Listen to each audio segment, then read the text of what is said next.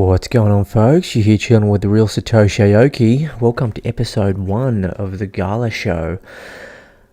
I'm looking to possibly get this stream going maybe once a week if you guys are into it. If I can get enough traction. I'm doing a crypto.com stream now regularly every Sunday because you guys are really enjoying that one. But as most of you will know, Gala Games is also a massive part of my arsenal of projects that I do talk about. So, yeah, I guess we'll just kind of see how this stream goes, guys. Don't know exactly, how it's going to go, but if you guys want to get active in the chat, I'm happy to respond to any feedback or questions that you might have. I've got a few bits and pieces that I kind of want to cover tonight. News that's been going on with Gala Games and things like that. So, yeah, guys, hope you enjoy. So I think we'll basically move on to a couple of the first points here. So this is a pretty interesting point that was actually brought up on the Gala Games Twitter here. It says, from the Mirandus master, who I do believe that's Michael McCarthy. I posted this in the Mirandus channel, but I wanted everyone to know. In Mirandus, Gala is the gold coin of the realm. We use Materium, aka MTRM, that's the ticker symbol, as our mana, used for spells and magical acts, but Gala is our coin. So this is huge. Okay, this is really, really huge news. If you've been following the channel for a little while, you'll know that I'm not afraid to scrutinize Gala Games and offer some constructive feedback, and I do get a bit heated from time to time, but when push comes to shove, guys, I do really want Gala Games to succeed, and I do think they are the best at what they're doing in the blockchain gaming space. But that doesn't mean that they can't keep getting better, and it doesn't mean that I don't want them to improve, because no project, no company, no person is perfect. You've always got an ability, a potential to improve, and you've got to keep striving for better. So, talking about the Materium token, I'm actually just going to bring it up right now so we can have a bit of a look. It's actually on a bit of a roll at the moment. Check this out. 14.8% up. Not too bad at all. Not too bad at all. I think, when did this come out? 367.1% up from all-time high. Sorry, an all-time low of 2 cents, September 21. I'm just going to fix my side screen, guys, so I can see any comments. Appreciate all you being in the stream. Yeah, if you enjoy the stream today, then don't forget to smash the like button, guys. I really apologize. I'm looking so unprofessional on camera right now, trying to adjust all my stuff live on stream, but it's just basically because I'm actually moving right now. And I've got barely any room.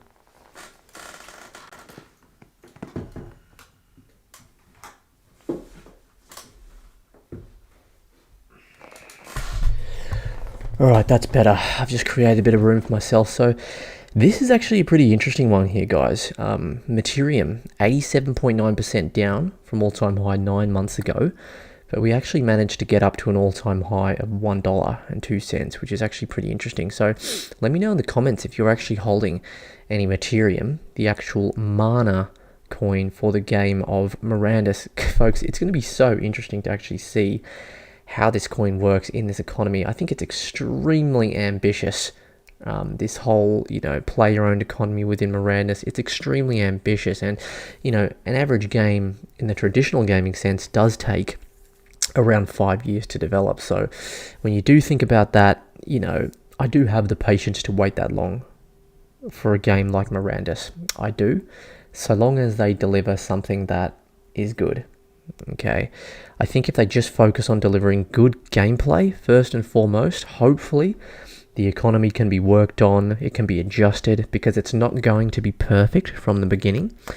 And hopefully the player growth is good, and we see some player growth maybe similar to games like World of Warcraft or RuneScape, because it's a fantasy game, folks. Let's face it, Mirandus is a fantasy game, and yeah, it's if we just do a little YouTube here, I'm not going to play any sound because I don't want to get done for copyright, guys.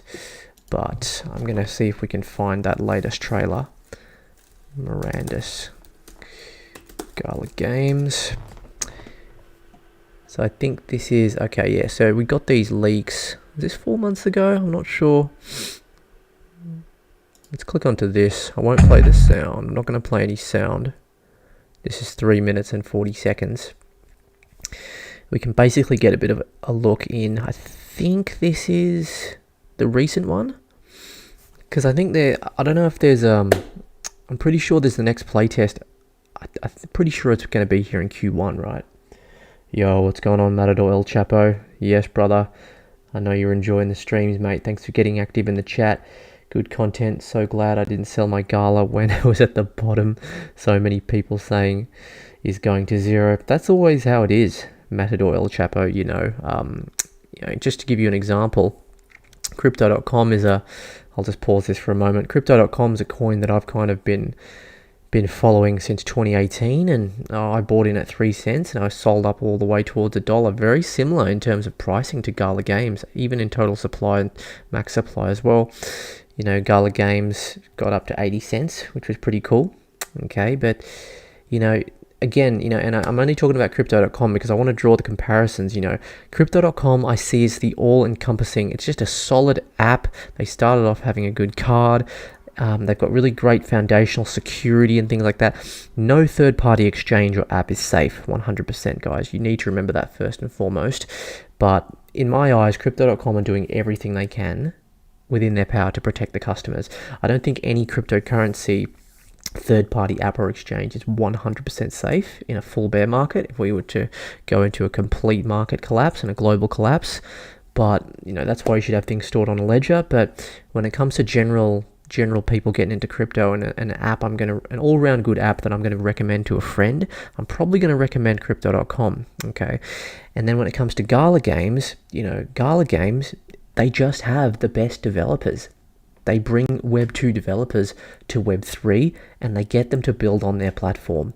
Developers, teams that have already had success, right? In my eyes, there's no other company, all right, like Gala Games doing that in the space. And so naturally, word gets out to the general crypto community, the investors and things like that. And that's essentially what makes people put money into Gala and invest, you know, do things like buy nodes and invest in the ecosystem. So anyway, guys, let's just watch this from the start. Okay, we're just going to play this. It's 3 minutes 40 and we're just going to have a bit of a look. So I'm sure that probably most of you guys, at least those of you that are into Mirandus, have probably seen this little bit from the, I think it's some stuff that we can maybe expect, because this was posted in conjunction to the next playtest that's coming out. And yeah, look, I don't know, guys, I have to say I was kind of disappointed in the last playtest. That might have been a bit of an understatement. Very clunky, and the night cycle just felt weird, and I don't know, it just didn't really make a lot of sense to me. I'm talking about the Goblin Shooter. Now, I don't know, I guess I'm probably being a little bit too harsh on it, maybe. I know it's still really early, but I guess it's just because I have so much high expectations from Mirandus, so I kind of got a little bit upset with it. But what I will say, without a doubt, what we're seeing here on screen in terms of the graphics, the art style and everything like that, it's absolutely fantastic. And I have to say that, you know, the animation, the artwork has really impressed me as the development of this game has gone on. This is the Goblin Shooter here, guys. I mean, I had a revisit of this recently, and I don't know, I guess I was expecting more. I guess I was just expecting a bit more, but you know, we'll see. That's a pretty cool bit of artwork there. You got the dwarfs and the different types of artistic animations for the different classes, the orcs, the elves, the humans, the halflings, the dwarfs. I've actually got quite a few dwarf exemplars, guys, so, you know, I'm going to be doing a lot of mining, carrying mining loads, that kind of thing. This looks pretty good, you know, so I'm hoping there's a bit of, like, a bit more weapon choice in the next playtest. Maybe we can use a sword, dagger, shield, everything like that. And again, just the more beautiful artwork, you know, fantastic artwork. As we know, you know, they've sold how many NFTs have they sold? They've sold a lot of NFTs, made a lot of money from NFTs. And I kind of question how much actually of that has been reinvested in the game versus going out to different areas such as Gala Music and Gala Film. Obviously, who am I to tell them how to run their business? But in my mind, I bought a Gala node over a year ago. I was a part of the Gala Games community when they had less than 20,000 followers on Twitter. And so, Mirandus was essentially the reason I got into Gala Games. It really was because of Mirandus. And so, I kind of feel like maybe they could have invested a bit more in this and pushed it along a little bit further, but who knows? That's just my opinion. It might be a little bit harsh, and in all likelihood, I might be a bit wrong about that. But yeah, feel free to get active in the chat, guys. Say hi. Let me know if you got any questions. You want me to check anything out in particular? We're also going to be talking about blockchain gaming in general on this stream. It's not all going to be about Gala Games, but yeah, if it's popular enough, guys, I'm going to run this possibly every Saturday. And yeah, blockchain games, Gala Games news. It's going to be unbiased though, guys. If you are expecting me just to outright shill Gala Games, then you've come to the wrong place, because I'm a backer. I'm invested in Gala Games. I've had a node for over a year. I've got a lot of NFTs in Gala Games for different games, and I am very bullish generally. But when something goes wrong, I'm going to pull it out of the woodwork. I'm probably not going to mention it in the Discord anymore, because it doesn't always go down so well when I've done that in the past, and that's fine. That's just how they want to operate in there. So I'll leave my scrutiny for my channel, where I've got a bit more freedom of speech. But yeah, if you guys want to see what's really going on, excuse me, the way I see things within the Gala Games ecosystem, then you've come to the right place, and really appreciate the likes coming in as well, guys. That's really, really awesome to see. But yeah, so going back to that original tweet here, we use Materium as our mana used for spells. So, I'm assuming that, if you've got an elf exemplar or something, you're casting a spell, then you're going to have to use some Materium. Okay, if you're going out on a big quest, that's maybe going to take a few hours, you're going to want to stock up on some Materium, so it's going to be really interesting to see how that works. But so I think that's cool. I don't own any Materium. Well, actually, that's a lie. I do own some, but I haven't bought any. I've just got some airdrop me. I don't know if it was because I owned a node or something like that. But basically, what I'm really excited about here is Gala being used as the gold coin of the realm. So that's really cool, because Gala being used as the gold coin of the realm. So it essentially means that players, so long as the player base does grow and the game is popular and the adoption is there, which I think it will be, unless they really mess it up, which I really hope they don't, but you just never know. You can't jump to any conclusions. But folks, if Mirandus is a successful game and Gala's being used as the gold coin for the realm, people are going to need to be holding that coin. They're going to be maybe saving it in the bank, holding it for transactions, maybe saving up to buy a special sword or something like that. So that's something that I think we can get really, really excited about when it comes to Mirandus the game, but also, the possible potential for price appreciation for Gala, guys. Moving on to the Gala token now. Hey, look at that.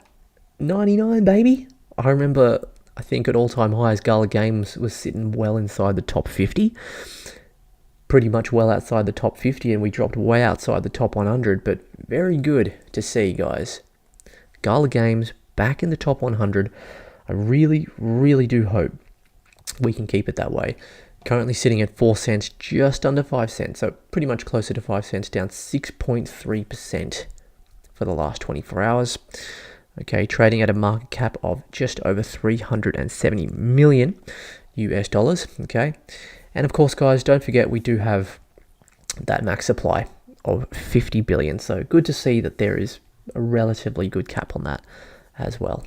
Okay, we scroll down. This is something that I always like to draw people's attention to, guys. December 28th, guys. Whenever you are in the crypto space, whenever you're on YouTube or Twitter, and you get people just calling out meaningless FUD, okay? I'm not even referring just to Gala Games, but, because I am on Twitter a lot. And don't get me wrong, I love a bit of debate, I love a bit of criticism, but, when people are just calling out and tweeting meaningless FUD and not really backing it up with anything, it just doesn't serve anyone. It's not really good for anyone. I always try and make an effort in my videos to, if I've got something to say, that maybe bears a bit of criticism, then I always like to offer a possible solution or an idea I have. Anyone can offer criticism, but it's not easy to offer criticism and actually back it up with a reasonable idea of how to move forward, basically. So Gala Games, guys, up from the all-time low 2 years ago, December 28th, 2020, guys. Look at this. We were well and truly under 1 cent, 0.0001347 US cents. 36,320.6% up. That was 2 years ago. Guys, I don't need to tell you how to do basic mathematics, okay?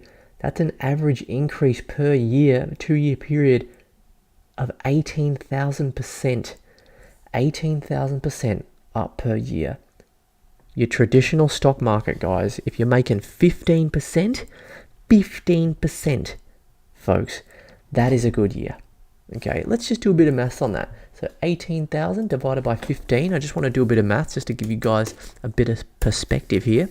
So basically what I'm doing is I'm dividing 18,000, which was the percentage appreciation of Gala per year for the last 2 years, and I'm dividing it by 15, which is a good year in the traditional stock market when we talk about like the NASDAQ, okay, or a general index or something, okay? Now, it's given me a number of 1,200. So Gala for the last 2 years has done 1,200 times better than a good year on the traditional stock markets. Okay, so when all is said and done, that's what you're working with here. Yes, I know it's early, Yes, I understand that the stock market has been around for a lot longer, centuries, okay? But hey, Gala's early, guys. Gala's early, and it just kind of reinstates how early we are in terms of being here, investing in projects like Gala Games, being here on the ground floor. Of course, the downside is that it's a lot easier to get burned when you're in this early as well. Okay, so that is also something to heavily consider there. But it's good to see Gala Games heading away from that 2 cents. It would be nice to see if Gala Games could really settle above 5 cents. That would be really, really good to see. But who knows? In terms of where Gala Games goes when we hit full bull market, 94% down from that all-time high. Look, man, I'm going to be shocked if they don't hit that all-time high again. Based on all the recent news, buying Ember Entertainment, we had that sketchy news out about Gala working with the same management companies, I believe, as The Rock and Mark Wahlberg. We're going to be having a bit of a look into that and giving you my thoughts on that. Either way, it helped pump the price, okay? But that was pretty sketchy, The developers they've got for how many games, over 25 plus solid games on the platform. We're going to be talking a bit about the games as well on tonight's stream. So yeah, guys, if you're enjoying the stream so far, then don't forget to drop a like on the video and say hi in the chat. Get active, and we can have a bit of a talk about what's going on. But easily, folks, again, I don't know when the full-fledged bull market's going to come, but when it does, Gala, I think, is going to be one of those coins. Not financial advice, but I do think Gala will be one of those projects that breaks at least close to its all-time high of 82 cents. As you can see, it has performed really well over the course of the last week, up over 100%, sitting at 109% in a week. And, let me know in the chat if you bought Gala, guys. These are kind of part of the reasons why we get into crypto. It's bloody awesome. You can just knock off 100% in 1 week. So I'd be really interested to know. Please tell me that there's someone out there, even better, that bought Gala 2 weeks ago. 2 weeks ago, 195.7%. You thought, hey, I put $5,000 in. Two weeks later, you're at 15K. That could be like a year's salary for some people. And for the 30-day period, we're up still 99.6%. So I reckon that's pretty good. So we'll continue moving on, guys, to the next section. Live stream's going good. Got a few concurrents in here. Yeah, guys, appreciate everyone being in the chat. Appreciate the likes coming in. If you've got any questions, do let me know. Okay, so this is a tweet that we're going to check out. This was from January 12th. Okay, got a lot of traction on Twitter. 1,718 likes. I'm one of them. 25 quote tweets and 396 retweets. A quick update on our pay by burn of all Gala on the platform from our president of blockchain, Bitbender Brink. Winter is for building, and we have been busy. So let's check out what they have to say here. 2023 is going to be an amazing year for gaming, and it's going to start off right with a nice signal fire to the rest of the blockchain world.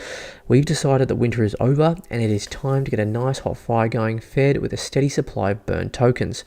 Now, for all of Q1 2023, when a purchase is made on Gala platform, the Gala used to make this purchase will be burned. People will still be able to make a purchase in ETH or via credit cards, but all Gala used to purchase digital assets will be burned. It will take several days for this change to be fully implemented, but by the end of the week, any purchase in Gala platform wide will be an automatic burn. He said it 3 times, yeah? He said it's going to be burned 3 times.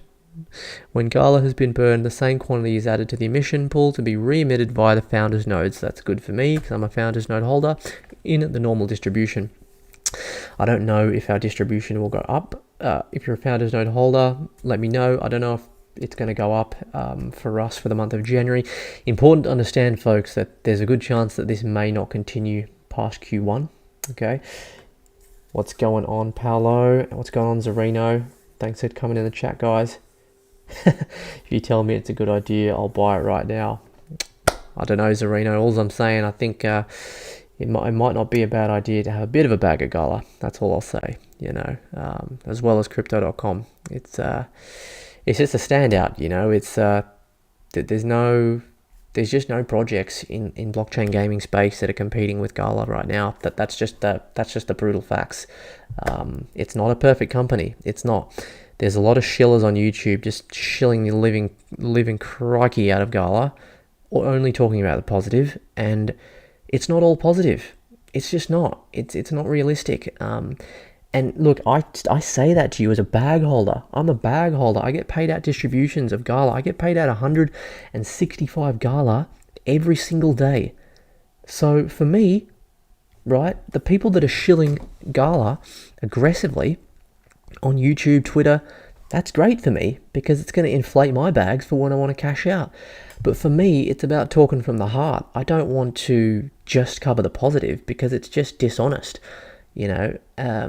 And I just don't think there's enough honesty of really what's going on. So I will always give you my honest thoughts. I'm not sponsored by Gala. If you can't hack it, then this stream isn't for you if you don't like hearing it. But, you know, but again, you're probably wondering, well, why wouldn't you just want to shill it and pump the bag? Well, first of all, it's dishonest.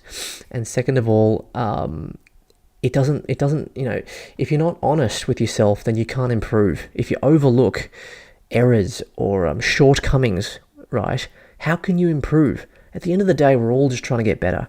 Whatever we're trying to do in life, you know, whether it's training at the gym, our work, our job, our business, you know, whatever it may be, a skill, we're always just trying to get better. And if you can't continually be critical of yourself, still, of course, appreciate the good, but always critiquing, always looking for ways to improve, then how's that? You know, how are they going to be the best?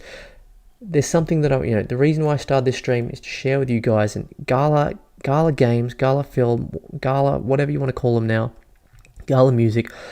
Gala film, for instance, they're gearing up to be like the Netflix of blockchain gaming. That's a fact. They're trying to be the Netflix of blockchain gaming.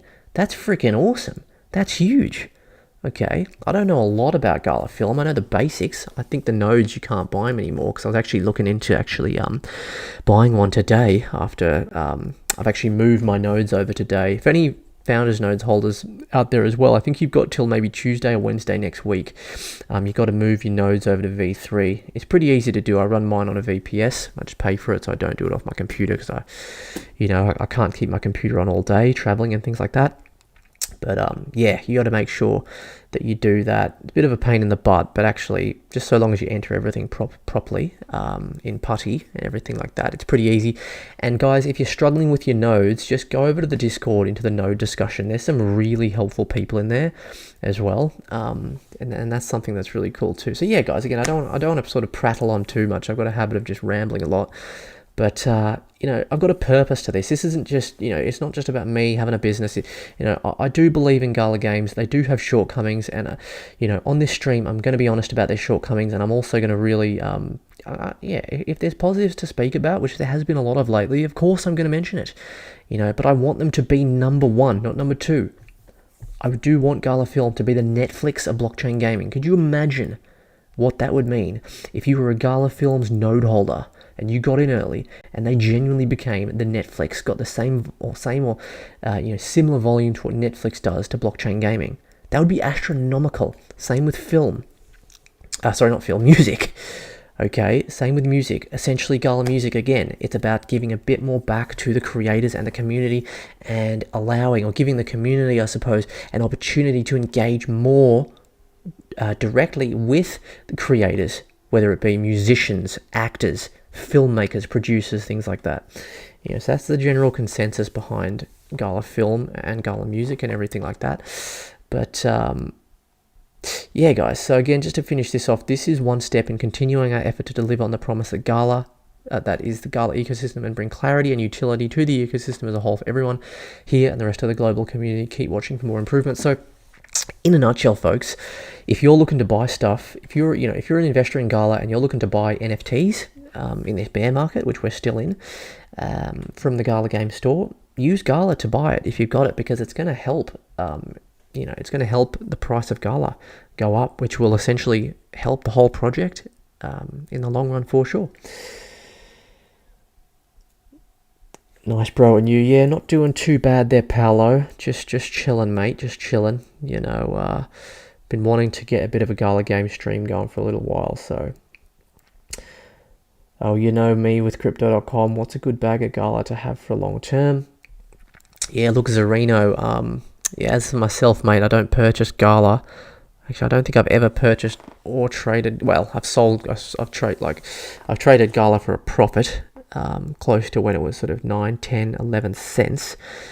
But I'm fortunate enough to have gotten in on the node early. So as I said, I'm getting that 165 Gala per day, which I'm pretty pleased with. At one point, that was paying out because it was before the halvening. So at one point, I was getting around $300 a day from the Gala node. Now it's like $1.60, if that, maybe a bit less. I don't know what it would be now exactly. I can actually tell you how much Gala I'm getting per day right now. So I get So as a node owner, folks, as a founder's node owner, per node, roughly now you get about 165 Gala per day. It's not much compared to what it used to be, but I'm not thinking about that mindset. I'm not selling. I'm holding my Gala bag long, because in my mind, Gala can do a 10x like that before I've even got time to say it, based on fundamentals, based on people they're working with, collaborations, partnerships. It's just overwhelming, So I do have an overwhelming positive bias, I suppose, towards Gala Games and the Gala token, and that's why I'm holding the bag long term. Actually, that ain't bad. That's a little bit more impressive. So, folks, I am fortunate enough to earn $8.23 per day in Gala. So that's not bad. $8.23 while we're on stream, just because I want to feel better about myself being so poor in this bear market. And obviously, this will probably change from day to day, but sometimes I do just want to lie to myself and feel a bit better in the moment. If it goes up, which I hope it does, if it goes 10 cents, then I'll be earning $16 a day. Fantastic. So, but currently, guys, $8.23. Let's just say there's 30 days in a month. I know some days a month's are 31 or 29, but I don't give a shit. That ain't bad. That ain't bad for going to the toilet. That ain't bad for sleeping 5-6 hours or just looking at the charts and not making anything happen. Wasting time looking at charts or sitting on stream like this, talking nonsense. $246, folks, I'm making at the moment per month at a rate of 165 Gala per day at a rate of $8.23 per day on the Gala token. So I'm actually very happy with that. Very happy with that. But to answer your questions, Reno, is a good question, man. Again, like I said, I think you can easily do a 10x. The way you got to think about it is, I suppose, and this goes for everyone that maybe is thinking about investing in Gala at the moment. I know I keep going on about the same thing, but I think it's important for you to really understand there is no company, there is objectively no company that even comes close. If other companies are down here, Gala is off the screen. It's up here. It's way up. It's way up high on that Gala pedestal. Yeah? It's way up the top. Okay? No one is competing with Gala Games right now. Absolutely no one. Alright? And the mainstream of cryptocurrency knows this. Okay? You've got YouTubers like Altcoin Daily. Right? Respect is a very strong word. I don't watch many YouTube channels. Okay, I watch Altcoin Daily, I watch the Nifty NFT podcast, I watch the Crypto Report for Crow News, I watch Crypto Jeb for technical analysis. I'm not saying there are not other good YouTubers out there, but they're kind of like the main ones that I watch when it comes to crypto. I do respect their content. But Altcoin Daily, for example, this is just to give you guys a bit of context about, why I feel so bullish about that 10x. And I know, Zarino, I haven't answered your question yet, but I think that I just want to give a bit of reasoning as to why, not just saying, oh yeah, throw $5 grand in it because it'll probably do a 10x. Altcoin Daily is a perfect example. Those of you that have been in crypto for a minute must know who Altcoin Daily is. Brings you basic crypto news, right? Unbiased, raw, simple, faceless content, really good. Really good for getting a lot of easy information in a short amount of time, just about what's going on in the macro crypto climate, if you like. Oh, and folks, if you're enjoying the stream, don't be a douche. Smash the like button, yeah? It's really easy to do, and it helps get a little bit more traction on this stream. Altcoin Daily has 1.29 million subscribers, okay? You know what his blockchain pick is? I'll let you have a guess. It's Gala, guys. Altcoin Daily tweets about Gala, talks about Gala on the channel. Very popular. Okay, now if you think about the 1.29 million subscribers, think about all those people. All these people, right, they don't have time to do what I do and research the negatives about a company and then reflect on maybe how they can improve and yada yada yada. This is my career. I do this for a job. I love this. This is what I'm super passionate about. Okay, think about mainstream adoption and how many millions of people that will continue to enter the cryptocurrency space and look for exposure to blockchain gaming. Okay, if they're looking for exposure to blockchain gaming, what company are they going to turn to? Gala Games, because Gala Games is the one that gets shilled all over social media. Whether you like it, hate it, doesn't matter. That's what happens, and that is what is going to pump the bag. That is what is potentially going to overvalue Gala. Okay, I don't know really what Gala Games is worth. I haven't got I haven't sat down to do the calculations and output of how much productivity they have, how much value they're giving back to their investors, and it's because it's just still so early. I think it's unreasonable to do such a calculation. Maybe in 5 years, yeah. But right now, it's just too early. So any price that is set to Gala right now, it's kind of hard to know whether is Gala undervalued now. Yeah, I think it is, but I don't know for sure. Was Gala overvalued at 80 cents? Maybe. Maybe a good price for Gala is somewhere in between. Maybe it's 30 cents. Okay, I definitely think it's undervalued right now. Okay, and to be honest, Again, I don't want to tempt fate, but I do feel like Gala is like the Bitcoin of blockchain gaming for me personally. Of course, it's nothing like Bitcoin because it has the single point of failure. It is a company. Any company can just go bankrupt, or any company can scam and just run away and shut down. But you got to be realistic in life. But I just don't think that's happening with Gala. I don't. I guess when we talk about big concerns, the biggest concern I would have for Gala Games as a company is really just the same concern that I would have for Crypto.com or any other cryptocurrency project, and that is the chance of a black swan event and possible bankruptcy. Okay, so that's just something to be aware of. But if you're still in the streams, Reno, again, mate, I guess you got to think about your overall portfolio. I probably wouldn't be allocating more than, probably not more than 10% of your overall cryptocurrency portfolio to Gala. That's just my opinion.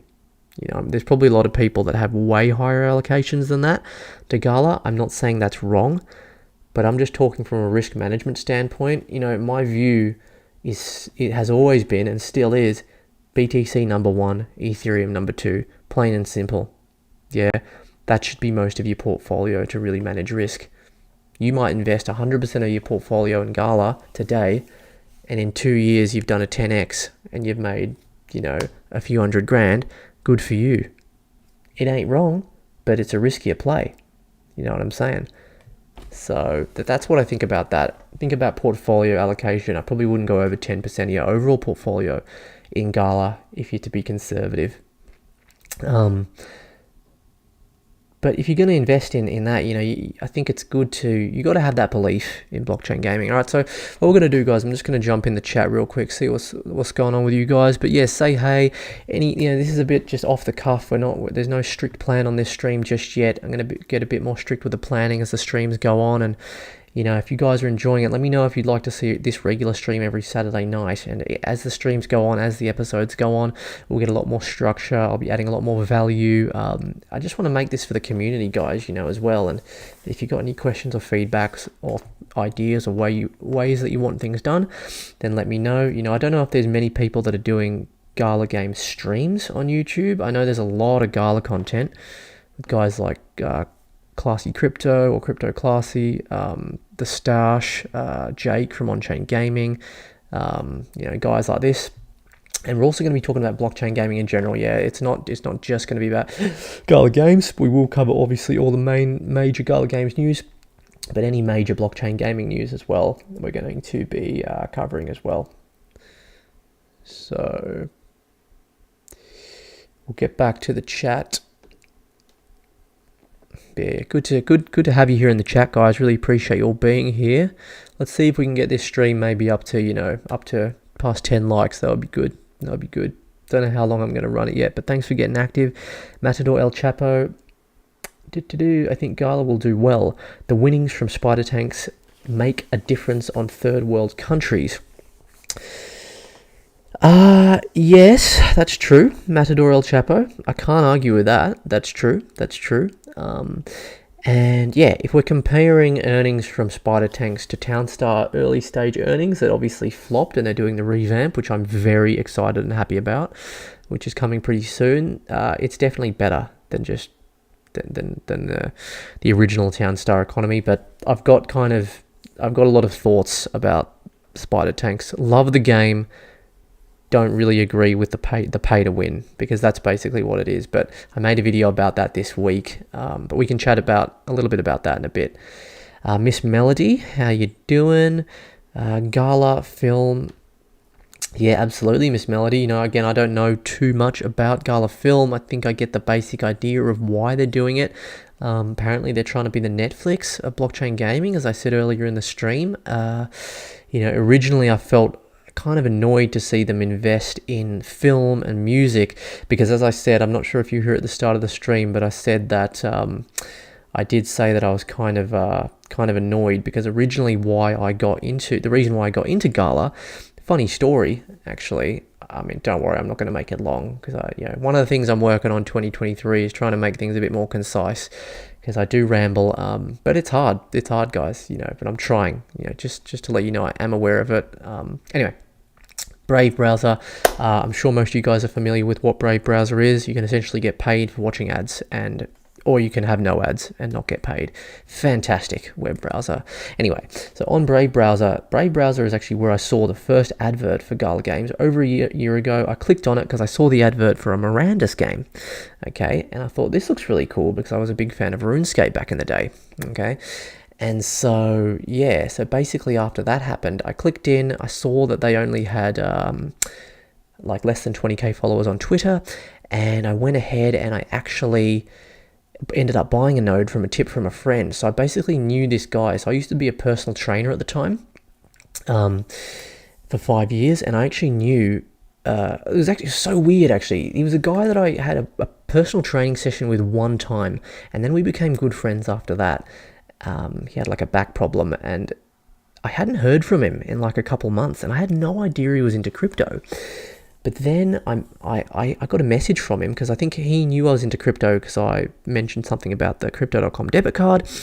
And then he said, have you heard about Gala Games? And it was so weird because the previous day I actually saw this advert for Gala Games Mirandus on Brave. I clicked in, started doing a bit of research. I thought, this sounds pretty good.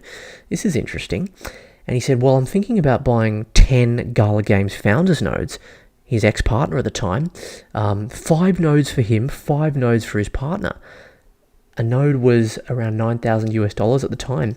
And I thought, this can't be real. Like, this is one of those, this is something like out of a movie or something. This is crazy. I mean, what are the odds? That's so random. What are the odds? Because the thing is, Gala Games wasn't big back then. Like I was saying, it was less than 20k followers on Twitter. Very small. A lot of people were calling the Gala nodes a scam at that time. And so I understood the basic concept. And basically, I took a loan out of Ethereum. I took a loan for about 5k, and I took 4k out of Bitcoin. I thought, screw this, I'm just going to dive in and grab this node. And I'm so happy I did that because that's been one of my best investments in crypto. Possibly my best investment was the Gala node. And so and so basically to round the story off, Mirandus got me into Gala Games. And then when I saw them, I don't know, I just kind of felt like maybe they could have invested more money in the development of Mirandus.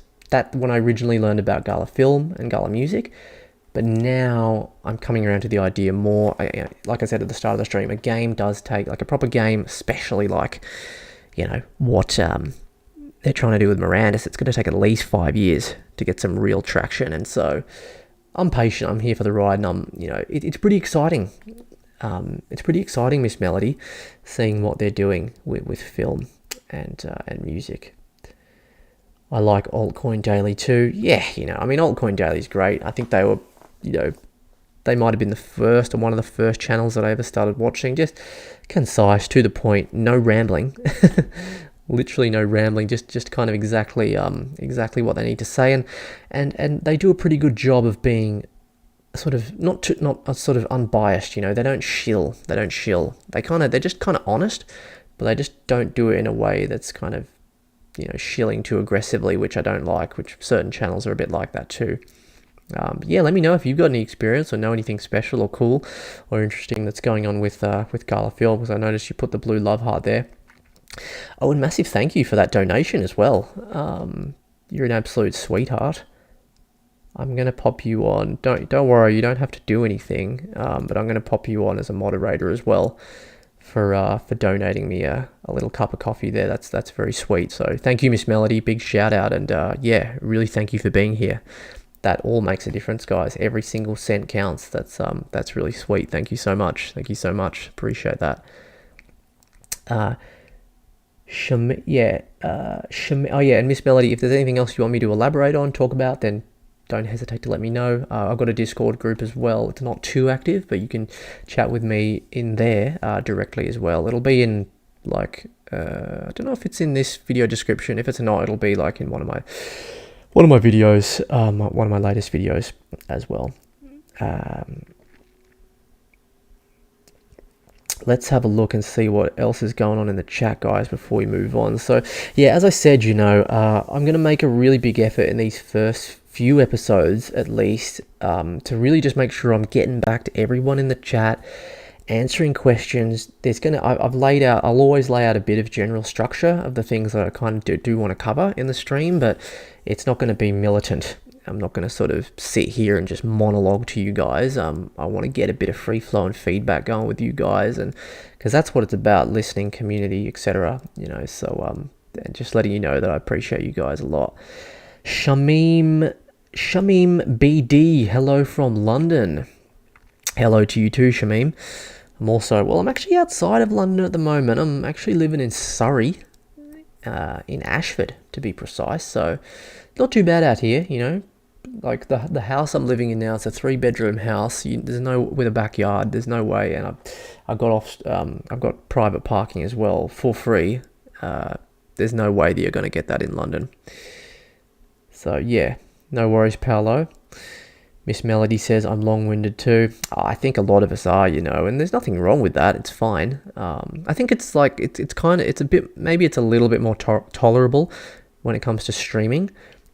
And I'm a lot worse on stream. When it comes to my actual video long-form content, I think I've gotten a lot better. I used to be really bad in my early days of content creation, making videos about crypto.com and how-tos and things like that. I was a shocker.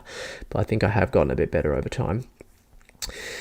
Nice. I have a film node. No profits quite yet. Yeah, I heard about getting paid out in popcorn, which does have some benefits. So maybe you can elaborate a bit more on that. I did read it, but I've already forgotten. But I'm super happy to support what they're doing. Yeah, and you know what, Miss Melody? Yeah, I'm very interested. I don't know if you were in the stream when I said about how I'm very interested in potentially getting a film node. I don't think you can get them at the moment, but I'm going to be keeping a very close eye on that. A very, very close eye. Paulo Farias, what you now about Film Crib, Satoshi? Film Crib, I don't know, mate. What is that? Maybe you can tell me what that is or leave me a link in the chat and we can maybe have a look at that.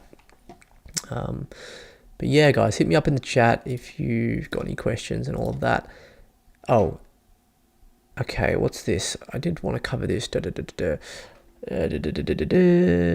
Okay, all right. So this is, guys, this is kind of like the thing that happened, which, I don't know. Can anyone kind of explain this to me?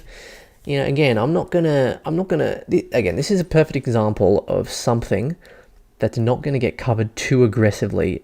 I'm talking very generally. Generally speaking, from crypto YouTubers that are pro Gala, and I'm one of them. I'm pro Gala, guys. I'm pro Gala Games, but there's not going to be a lot of people talking about this tweet and really what happened. Again, this is obviously all just media, so there can be manipulation and things like that.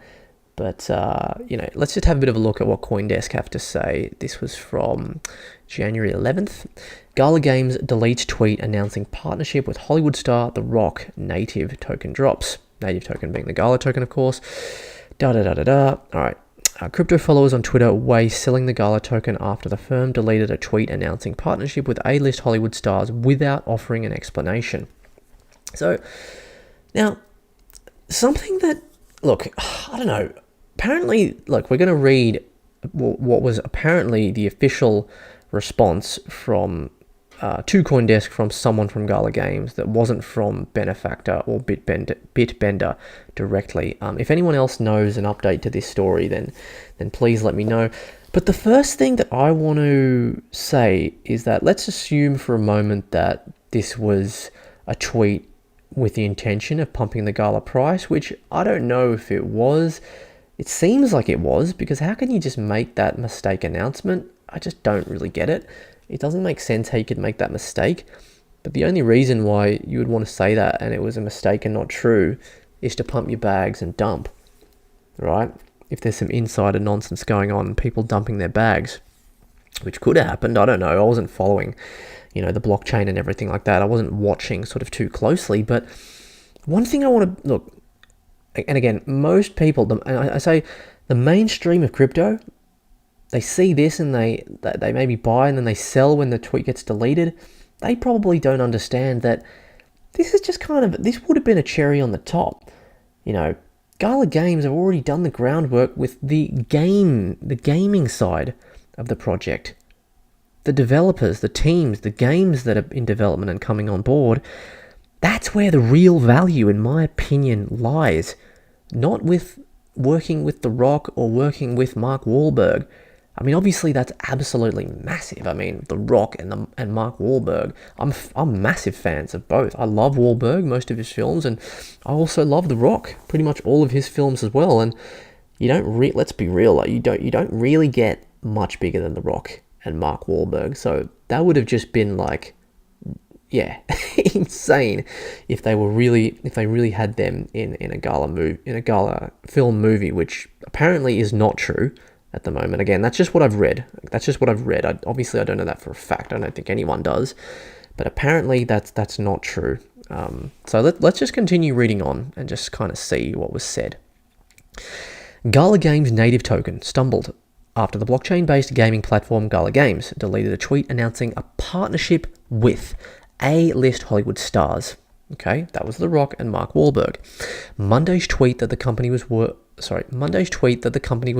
with Dwayne The Rock Johnson and Mark Wahlberg helped lift Gala over 70% to about 5 US cents, the highest since September 13. CoinDesk data show. Gala Games deleted the tweet without any explanation, and the token is now more than 20% lower at nearly 4 cents. You can tell I'm getting no sleep with my baby girl, can't you? So we are, as you're reading this, developing 2 films. So this was the tweet, apparently, guys. This was the tweet. Now, I'm not sure how you can misinterpret this. Okay. We are, as you're reading this, developing 2 films with The Rock, aka Dwayne Johnson and Wahlberg, 2 absolutely huge forces in the entertainment industry.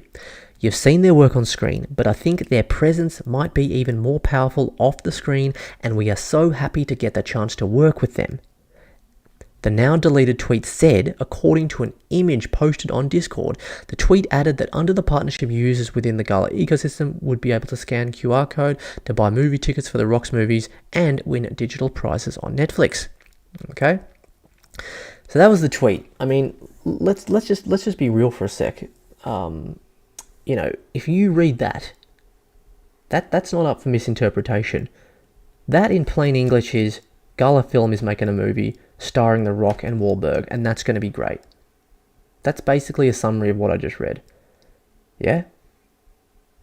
I mean, am I missing something? That's how that reads to me. I don't think that can be argued. Now, it goes on to say, CoinDesk reached out to Gala Games and a representative responded. Okay, a representative responded several hours later by email noting that Gala's CEO had recently shared news about plans the company has for the coming year, including moving into mobile gaming. We'll talk about that in a bit. The narrative around the increase in Gala token being linked to the announcement of the Hollywood names is false, according to the representative. So the Gala Games representative they basically come out and done an entire 180 from the tweet and said it's false. How do you... this is what I don't understand. How do you, that's like me saying, oh guys, I'm having a party, Dwayne and The Rock Johnson are coming round for my going away party, and then just next day saying, oh guys, sorry, I thought they were coming, but actually I made a mistake and they weren't. Am I wrong? I don't know. It seems a little funny. I don't like it. I don't think it's good, personally. I think it's sketchy AF, and I'm personally, as an investor and a part of the Gala community, I don't like it. I don't like it at all. I don't know why that happened.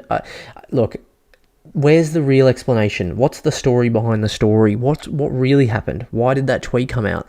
You just don't make an error like that. Really, you don't. Okay, I just don't know if that can be argued. Okay, because the thing is, if it was left up to misinterpretation, then fine. But that wasn't. That was clearly them saying that they were going to have The Rock and Wahlberg in some films. I don't know. Let me know in the comments if there's another angle to this or something that I'm missing. Okay, so it goes on to say here, the representative added that both The Rock's company, $7 and Mark's company, Unrealistic Ideas, have contracts for films with Gala. Now that is still fantastic. That's really cool. Okay, so Miss Melody, what's Miss Melody saying here? They're releasing their film token, going to be called G Film. That's cool, but for now it's popcorn. And I love that. I love that concept. We might look into a little bit of Gala Film tonight. The Rock has been working with Gala Film for months. Okay. All right, Miss Melody. Well, I'd be interested to know if there's any confirmation about that, because according to this article, which was apparently from a representative on Jan 11th, which was, 3 days ago? Did that come after this news? I'd be interested to know. Because as I just read before, and this is why I love doing these streams, guys, with you guys, because, you know, often there's things that you guys know or maybe you hear of that I've missed, and that's what it's all about. You know, keeping each other informed, because it says here, where's the, here. So it says here, so again, the narrative around the increase in Gala token being linked to the announcement of the Hollywood names is false. So the narrative around the increase in Gala token being linked to the announcement. Okay. I mean, because the thing is, all right, so I guess, is it because they're not allowed to say, or they weren't supposed to say that The Rock is working on the film? That maybe I can understand. That would be kind of interesting to know. But hey, Miss Melody, if that's true, fantastic. That is awesome. So Miss Melody says in the chat, guys, and I'm going to bring that up so you guys can see, even though you can probably see it already anyway. Miss Melody says they're releasing their film token, going to be called G Film. Very cool, but for now, it's just popcorn. The Rock has been working with Gala Film for months. The Rock is working on a film called 4 Down. I want to see if I can look it up. The Rock, Dwayne Johnson, 4 Down film. 4 Down. Do you reckon that's a good enough Google search to...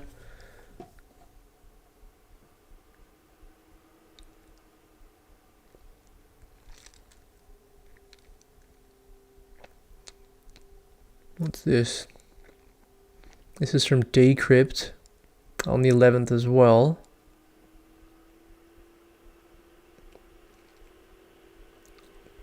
So this one's saying from Decrypt on the same day, Gala Film appears to be working with both stars on documentary film projects.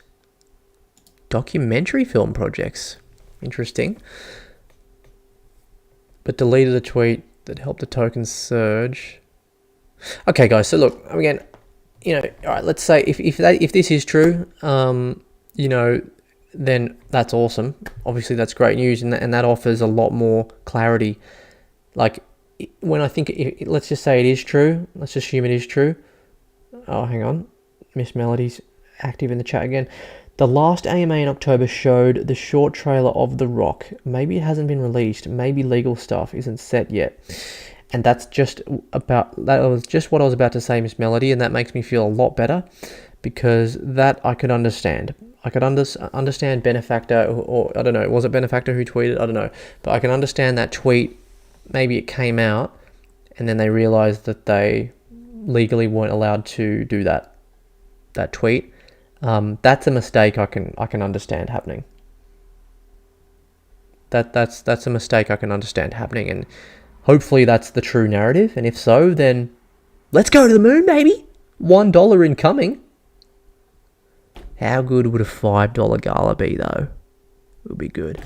No, I'm not giving outlandish coin predictions, guys, on this stream, but I like to be on the more of the you know, kind of frugal end. Maybe $1 Gala. That would be nice, and probably pretty life-changing for a lot of people. Yes, Miss Melody. Yes, it's a documentary about... Look at Miss Melody in the chat giving out this alpha. I think this is probably the most valued Gala content on YouTube right now. No joke. This is fantastic. I'm loving this, guys. I'm loving this. Miss Melody bringing some proper value. Fantastic. So Miss Melody says, yes, it's a documentary about NFL players who you meant to say, did you meant to say perished at sea? Perished at sea. That's interesting. Okay, so documentary. So I'm assuming it's on a real documentary. So it's going to be a true story. I don't know about that, but I know quite a bit about sports, so I'm surprised I didn't hear about that. I watched the live in October, and I can't even find it now. How crazy. That's interesting, Miss Melody. Yeah, well, hopefully it's still going ahead. I mean, the feeling that I'm getting is that it probably is, based on all of this stuff that's been going on lately. But yeah, let's hope it's still going forward.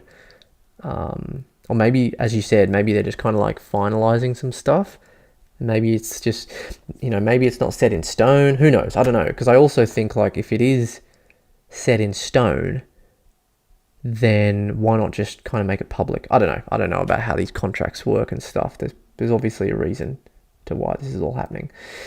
The Blockchain Gamer. Nice name, mate. I love that name. The Rock working with Gala is legit. Good to hear. Good to hear, Blockchain Gamer. Hey, obviously I can't say for sure. I don't know. I can just go by what you guys are saying and what I see and hear on YouTube and articles and various sources and the Discord. But hey, it's sounding pretty good. It's sounding pretty bullish when it comes to this story. So thanks, guys. Appreciate that. And yeah, no worries, Miss Melody. That's cool. See, like if I decided not to do this stream tonight, then this wouldn't have happened. We wouldn't have found out about this. So, good stuff. Okay, so I think that kind of really summarizes kind of everything about The Rock and Mark Wahlberg. Apparently, it seems like maybe it's happening. That's awesome. If it is, that's awesome. Wow. So I'm just going to live in a world right now where it is happening. And if we've got that for Gala Film, obviously we've had Snoop Dogg for a while, which he's a big name within himself, working on, I think, not only music, but I think he's also doing some stuff with film, Snoop Dogg as well. And he's proper into the metaverse and the gaming side of things too, old Snoopy Snoop, which is good. Wow, that's insane. That's insane, because hopefully they can properly drop that news, and that will probably skyrocket the price of Gala, to be honest. So yeah, maybe we'll get it in the Gala Gold or something like that.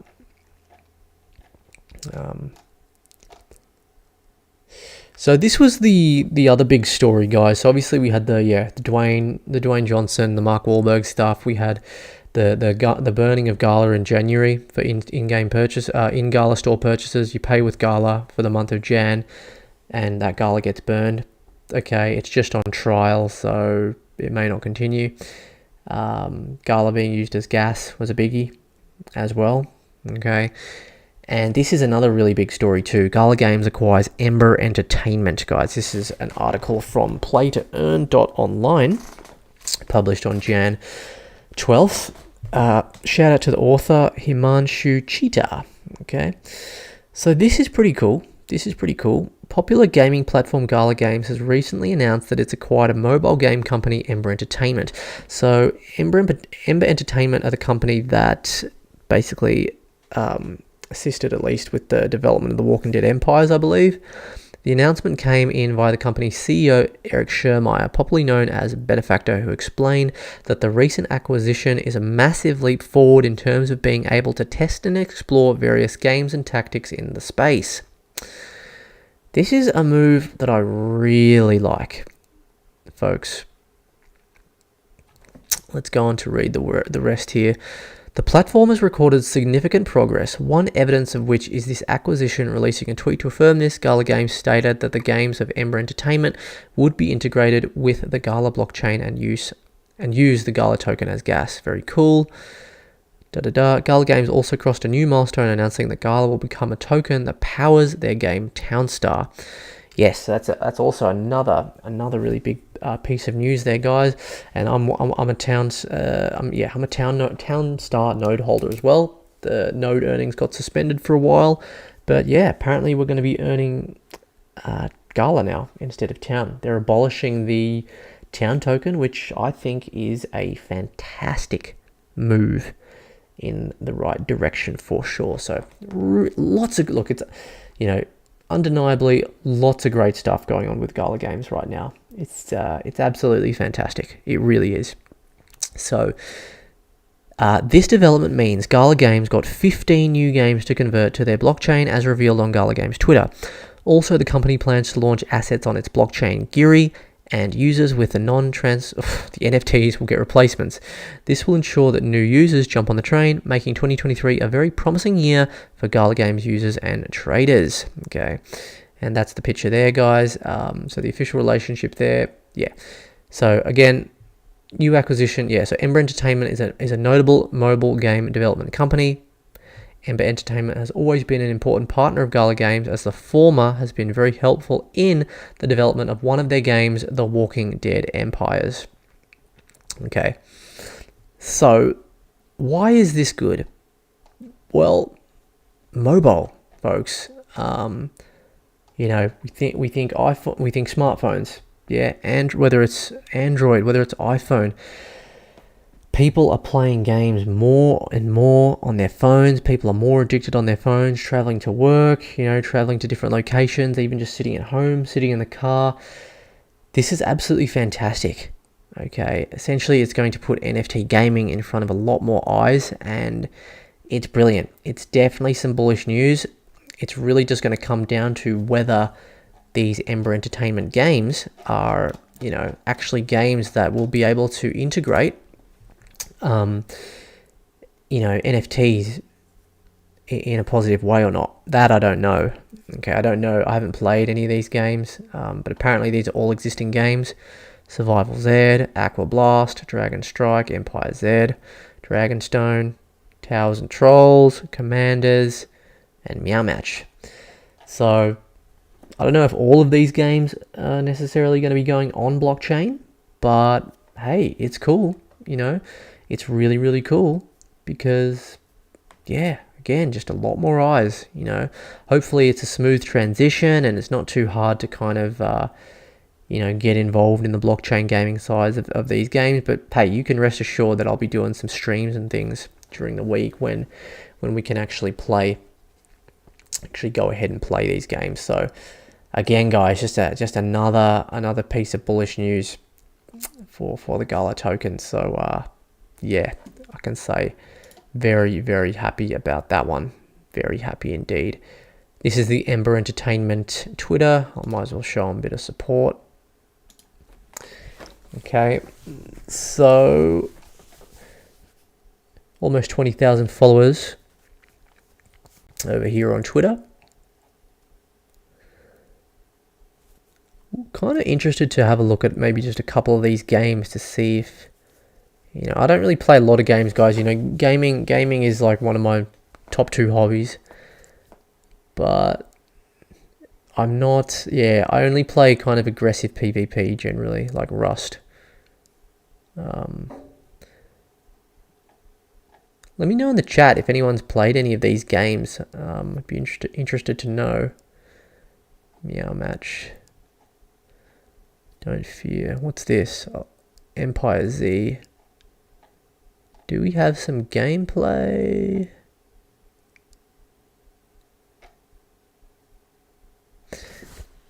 Let's see if we can find some gameplay.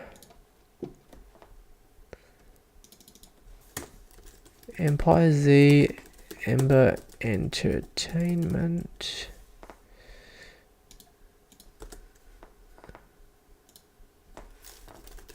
Gameplay.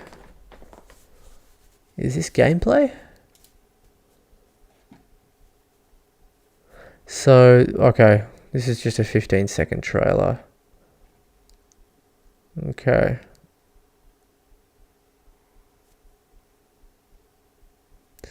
Alright, so kind of like maybe like a dumbed down version of the Walking Dead Empires or something like that.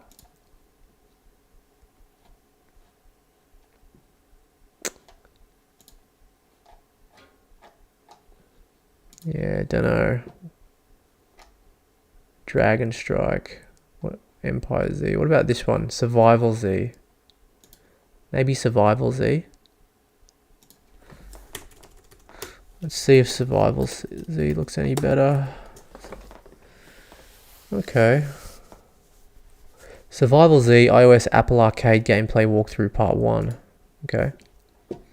We're not going to watch the whole thing, guys. We'll just have a little look. Apple Arcade. Just see how serious this is. So if for anyone that's just joined the stream, we're checking out a game by Ember Entertainment, Survival Z, this zombie game, which, again, I'm not 100% sure if this is becoming a blockchain game too, Survival Z, but it might be becoming a blockchain game. So we're just having a look. So this guy, oh, okay. This actually looked pretty cool.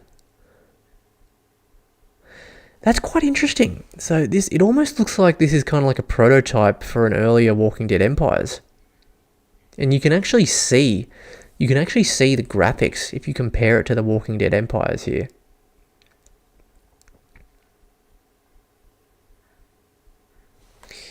Yeah, this is cool. Yeah, this is definitely more my kind of game. I didn't really like the last look at the last one. Okay, so that's cool. Puts the turret down. Yeah.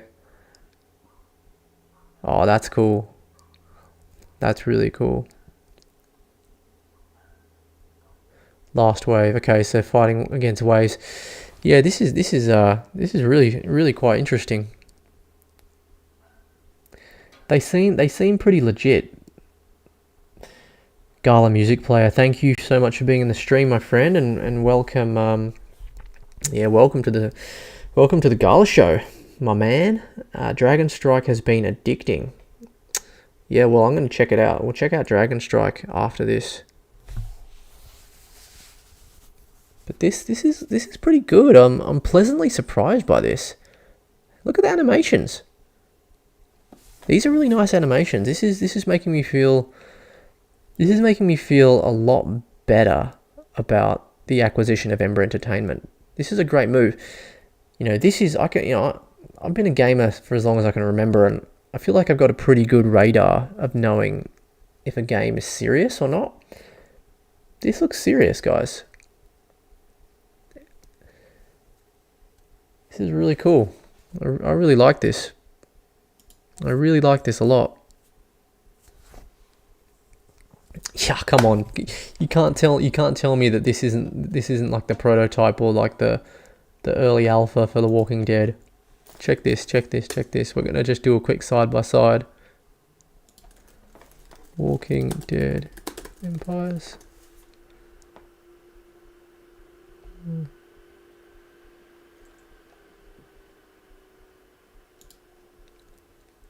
Check this out.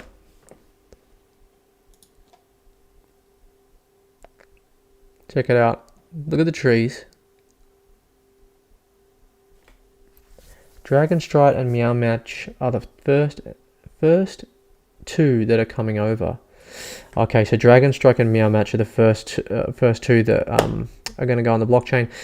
Gala Music Player, what about the zombie? What about the rest? Are they all eventually going on blockchain, or are they just doing like a few at a time? Is that how it's working? But yeah, guys, look at this, right? Look at this, and then compare it to this.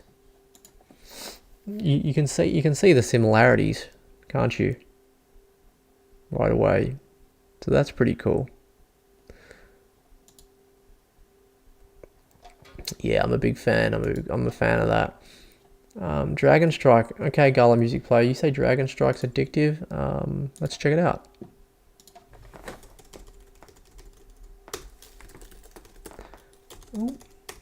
Dragon Strike. Oh my god, I can't spell. Let's have a look. Oh, so this is a trailer. Solana, there isn't any time. What's this? Can we just see some gameplay? Okay. So it's like a card-based, like a... Yeah, this kind of game, again, it's not my most favorite kind of game. I still might play. Okay, they said all but focusing on 2 to start. That's cool. That makes sense. Yeah, look, don't get me wrong, folks. I know that these kinds of games are really popular. These kind of puzzle, kind of strategy, card-based games. But they're not my go-to, I'm not going to be spending a lot of time on these kinds of games. But I'll give it a go. It looks alright. I like more animations and battles and things. Can we see a battle? Oh, I see. Maybe I might not mind. So, is this kind of like Candy Crush and you gotta work your way through the levels to get further? I think I saw Classy Crypto. He was streaming this when he was playing Spider Tanks the other night.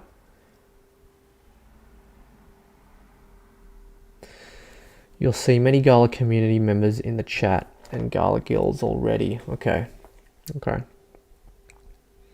Yeah, I mean, cool. That's cool. And what's Meow Match?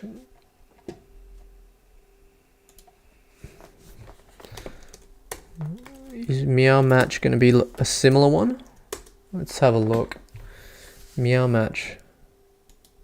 Okay, so it's also kind of got this Candy Crush business going on.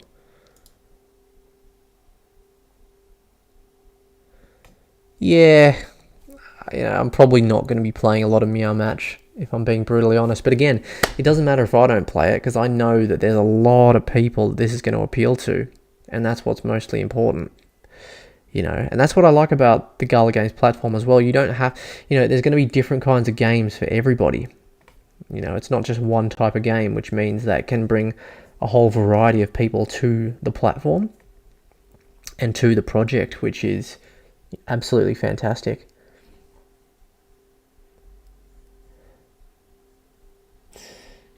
They have head-to-head matches too. That's interesting. Nice. Yeah, cheers, mate. That's pretty cool.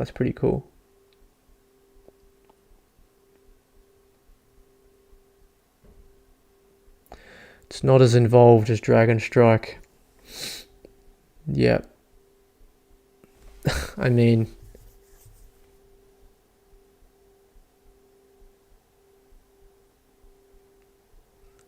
look, it looks like a cute, fun, silly, moderately, potentially addictive game. It's not a game that I'll get addicted to, I doubt, because there's just too many other good games that I'll want to play. Probably like Last Expedition, Superior, Townstar, God forbid, and The Walking Dead Empires probably as well. It's probably where I'm going to be spending a bit more of my time when I do actual gaming streams, maybe Grit, these kinds of games. But that's that's really interesting. That's really interesting to know.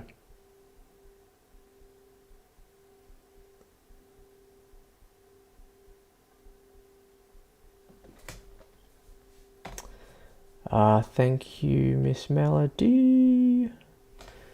Yeah, nice one, Miss Melody. Thank you for dropping that link. I'll bring it up now.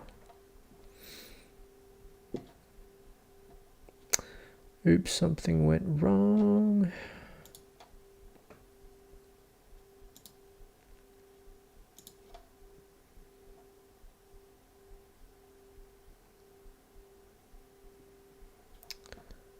Okay, I don't know what happened there, but maybe if I go...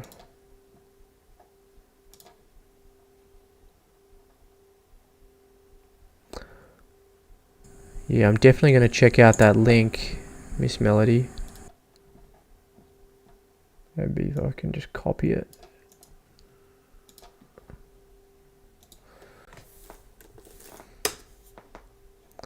Is that going to spit out something? Okay, cool. Ugh, not timestamped though. That's annoying. Am I asking too much? Am I asking too much for timestamps? Okay. Gala Music. Okay, I'll subscribe and like this. Thank you so much. I'm going to check that out. I'll probably check that out tomorrow, actually. Maybe sit through that so I can get a bit of an idea of really what's going on. We can chat about it a bit more. Yeah, really appreciate that.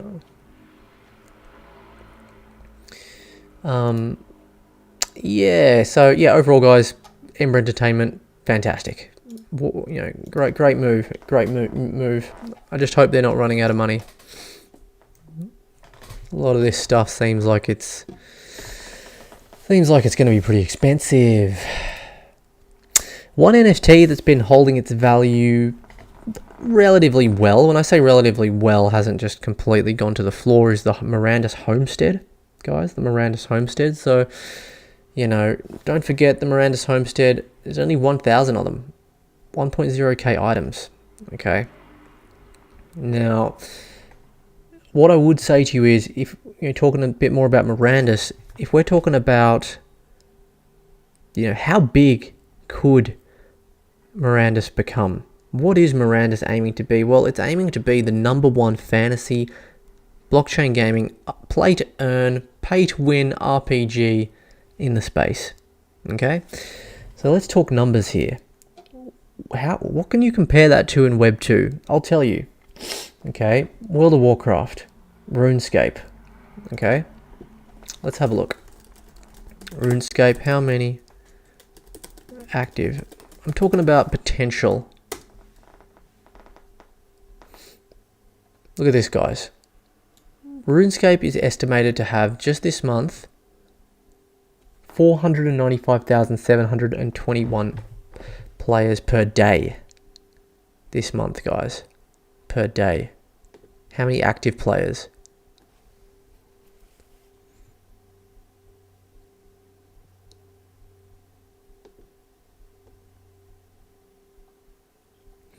Check this out. RuneScape was originally a browser game built with the Java programming language. It was largely replaced by a standalone C++ client in 2016. The game has had over 300 million accounts created. So obviously that's over this, like, I think RuneScape's been around for over 20 years, because when I first played RuneScape, I was 13 years old. I'm 32 now. So that's old. That's like over 20 years, or around 20 years, guys, you know. But think about that number, 300 million accounts.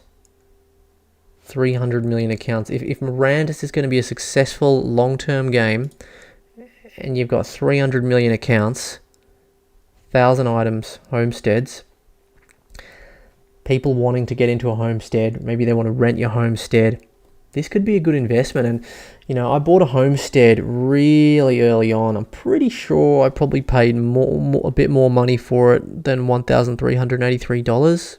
I can't remember, it was so long ago. But you know, I'm bullish, guys. I'm really bullish. It's kind of, I don't know if you can, I guess you can kind of class it as NFT land, because it's going to have, you know, its scarcity within the Mirandus metaverse, if you like.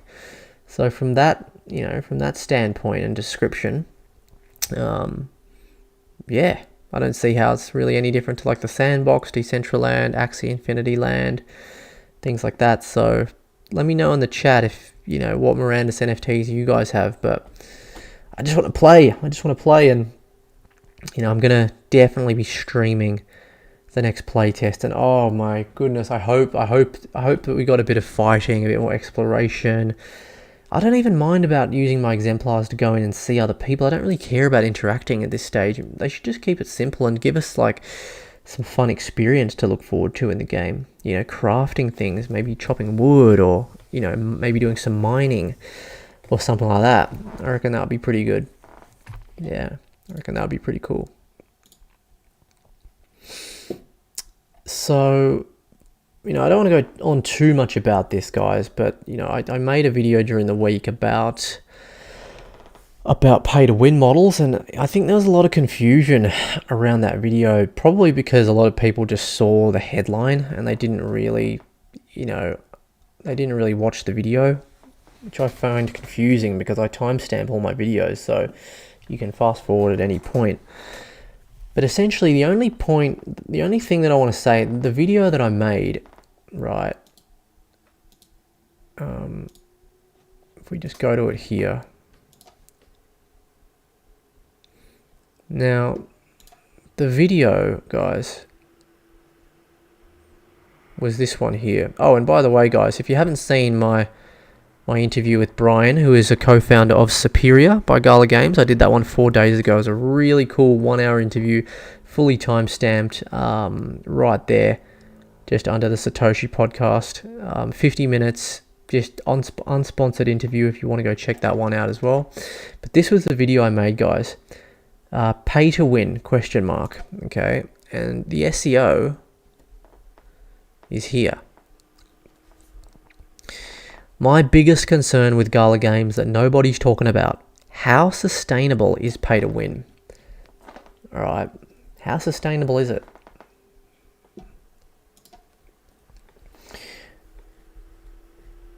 Yo, what's up, Gabriel? Thanks for being in the chat, brother. What's going on, man? Gala Music Player. If you think you're old, I just found a new Magic cards mixed in with my old baseball cards.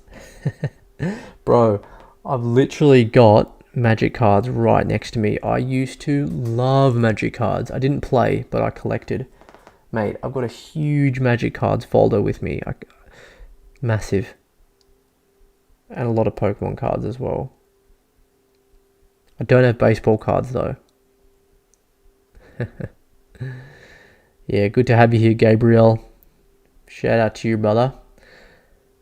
Don't worry, mate. I'm still doing the crypto.com stream tomorrow. I just thought I'd test out adding in this this Saturday Gala Games stream. Anyway, folks, so look, when it comes to pay to win, what do I mean when I say pay to win? It's not the same as pay to earn. Okay, so there's play to earn, which is just like, you know, that's what people know it as, play to earn, blockchain gaming. Now, pay to earn versus pay to win. This is how I see pay to earn. Okay, let's use spider tanks as an example. All right.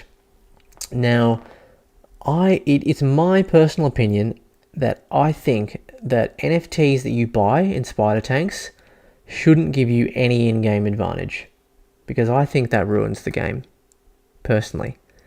I don't think that's sustainable. And the reason why I don't think it's sustainable is that, think of all the people that first of all can't afford expensive legendary NFTs.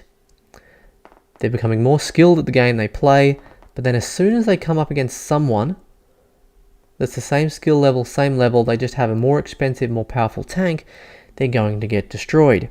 That's going to turn players away from the game. Now, some of you might think, well, no, I know how to fix this. Well, they can just do matchmaking. Well, maybe in theory, but also maybe not. And the reason why is because, think about it like this. Some of these tanks sell for millions of dollars, right? If you've got people, think about how many people are you going to have that are playing for free or on low-level tanks? I'm talking 5 years down the line versus people paying $10,000, $20,000, $50,000, $100,000 for tanks. The people that are paying for really expensive tanks, if they're going to be put in a matchmaking pool, they're going to find it's going to take them so long to find a game, because there's only going to be a minority of tank owners, right, that are going to have these expensive tanks compared to the free players or the players on the lower levels. Do you understand? So again, I don't know for sure, but I just don't think the matchmaking can work in that sense. I don't think it can, because the legendary players that are paying millions of dollars, hundreds of thousands of dollars, tens of thousands of dollars for their tanks, it's going to take them too long to find a game. So, and if it takes them too long to find a game, then what happens, right? They're just going to get paired up probably with someone who hasn't paid $10,000 for a tank and just get smoked and kill everybody. You know, I know it's still really early, but that's what happens to me. I play on pilot mode, so I don't pay anything. But maybe 1 in 10 games, even maybe less, 1 in 8 games, even.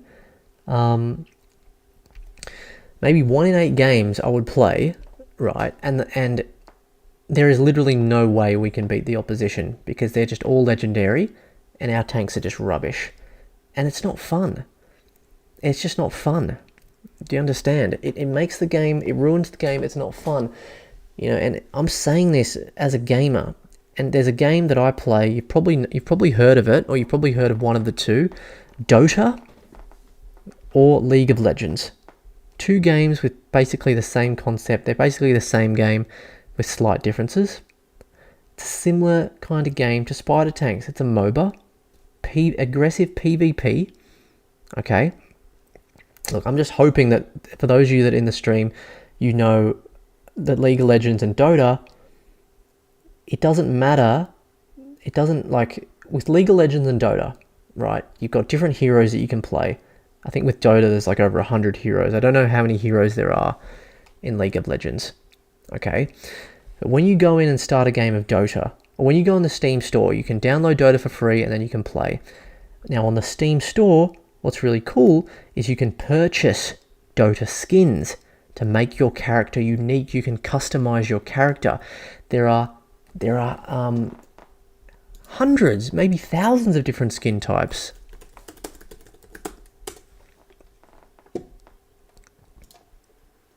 Okay. This is just you can see it. This is just an example, okay? So you got your different heroes, your different characters, and just imagine that this is each one of these is a tank. Okay, why can't spider tanks just be the same as this? Because in Dota, people pay. Everyone's got skins in Dota. Everyone pays money for skins. It's an economy. People can buy skins off the secondary market for Steam points. There's an economy based around it. You can't withdraw. It's not on the blockchain. But it's a real life breathing and existing and successful in-game economy on Steam, a MOBA. Same game as spider tanks. Okay. Why is the game so successful? Because it's extremely fun and it's not pay to win. None of these skins, these special outfits or special looking weapons, give any in-game advantage to these heroes at all. None. So my next thing that I would want to point out is, what do you think would happen if all of a sudden we got noobs that just came in, you were a noob, and you came in to play Dota, and you were able to just spend $1 million on a skin that had a special weapon, and you could essentially just wipe everyone out on the map? Think about that for a sec. How do you think that would affect the game of Dota 2 if that just happened all of a sudden? I'm willing to bet my life right now that would 100%. Now, I say this a lot. I'm very confident in Bitcoin. I invest in Bitcoin. I think it's going to continue going up. I am more sure that putting a pay-to-win element to the game Dota 2 or League of Legends or Fortnite or Rust, any of these popular PvP-based games that don't have pay-to-win models, right, would absolutely ruin the game, and players would leave. There is no question. There is absolutely no question about that. So, my suggestion is, when it comes to spider tanks, adopt a pay-to-earn model instead of a pay-to-win. What do I mean by that? Have skins. I know they already have skins and you can buy them and they give you benefits and stuff, but have a library of skins. Okay, so people can purchase their skins. There are going to be rare skins, common skins, so that if you purchase rare skins or legendary skins, you can put them on your tank, and when you win with a legendary skin, you earn more victory points than you do versus someone that doesn't have any skins.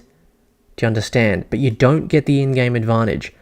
If you win, it's based on your pure skill alone with that particular tank, and it's not based on the fact that you paid $10,000 for a tank and you're up against a guy with the same skill level who just can't afford to invest $10,000 into a stupid NFT tank on the blockchain, and then that poor person has a really bad time and decides never to return to the game. It's not going to work. It's not sustainable. You might think it's all good now because it's early days, right? But long term, it won't work. Also, another point. What do you think the sentiment is among traditional gamers? What do you think their point of view is about this? What do you think traditional gamers... Actually, not what you think. What are the facts? What don't traditional gamers like about blockchain games? The fact that you can pay to win. They don't like pay to win. I know a lot of traditional gamers, hundreds in fact, that I've met through the years of playing, and I've had this conversation a lot since the birth of blockchain gaming.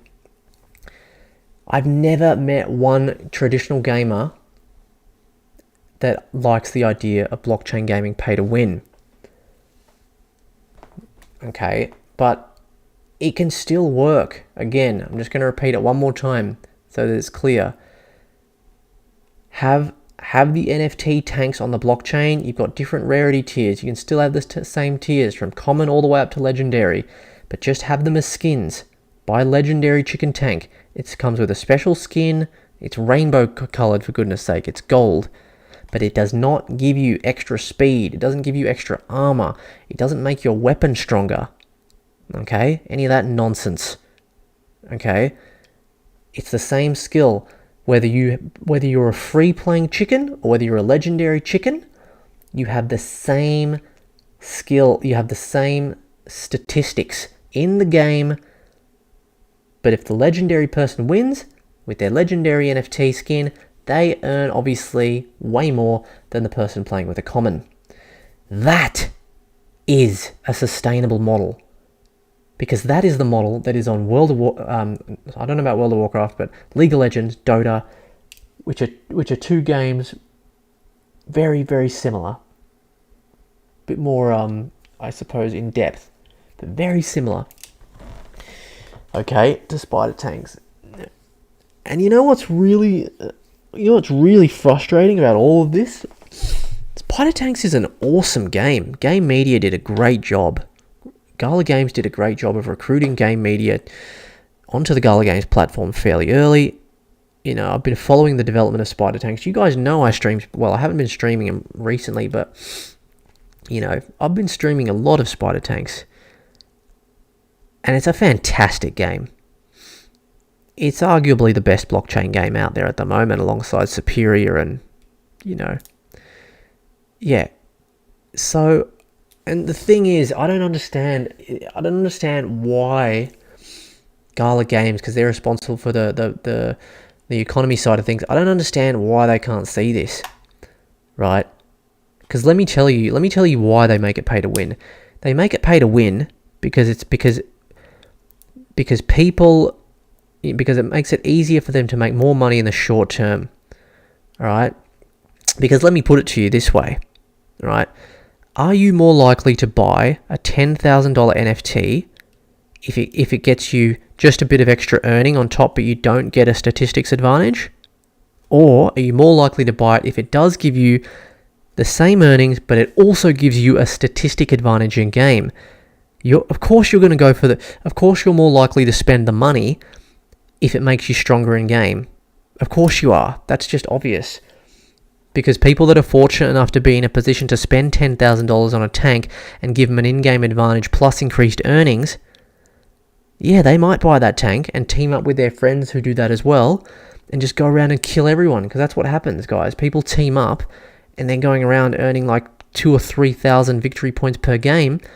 They're scooping up all the silk token and they're just dumping it onto the open market. Upgrading their tanks, earning more. They're dumping it on the open market, and it's just ruining the economy. This is not sustainable. I guarantee you. You heard it here first.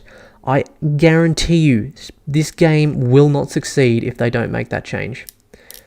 It's too early to tell right now. The user base is too small, but this game will never grow. It will never have any retention. It will just be full of people that just come in, ruin the economy. It's never going to work, okay, for a game like this that's pure PvP. It's never going to work long term, and that's the reason why I haven't invested any more in spider tanks. I bought one tank ages ago for like $300, the common one, when they were first released, but, you know, I might pay for a crossbow tank just for fun at some point, but not a lot. I would never invest more into this particular game, spider tanks. I wouldn't, because I just don't see it working out long term. You know, they talk about, oh, we want to make it, let's just make it a game, you know. Let's focus on a fun game. And what are real games like? This isn't what a normal game is like. A normal game isn't, oh, go and you've got the money to spend so you can just kill everyone, right? It's essentially what it is. It's essentially you're able to pay to cheat. That's really what it is. I don't see it any different to cheating. The only difference is you're paying for it and it's allowed. It's ludicrous. Look, I feel really passionate about this topic, and it's really frustrating.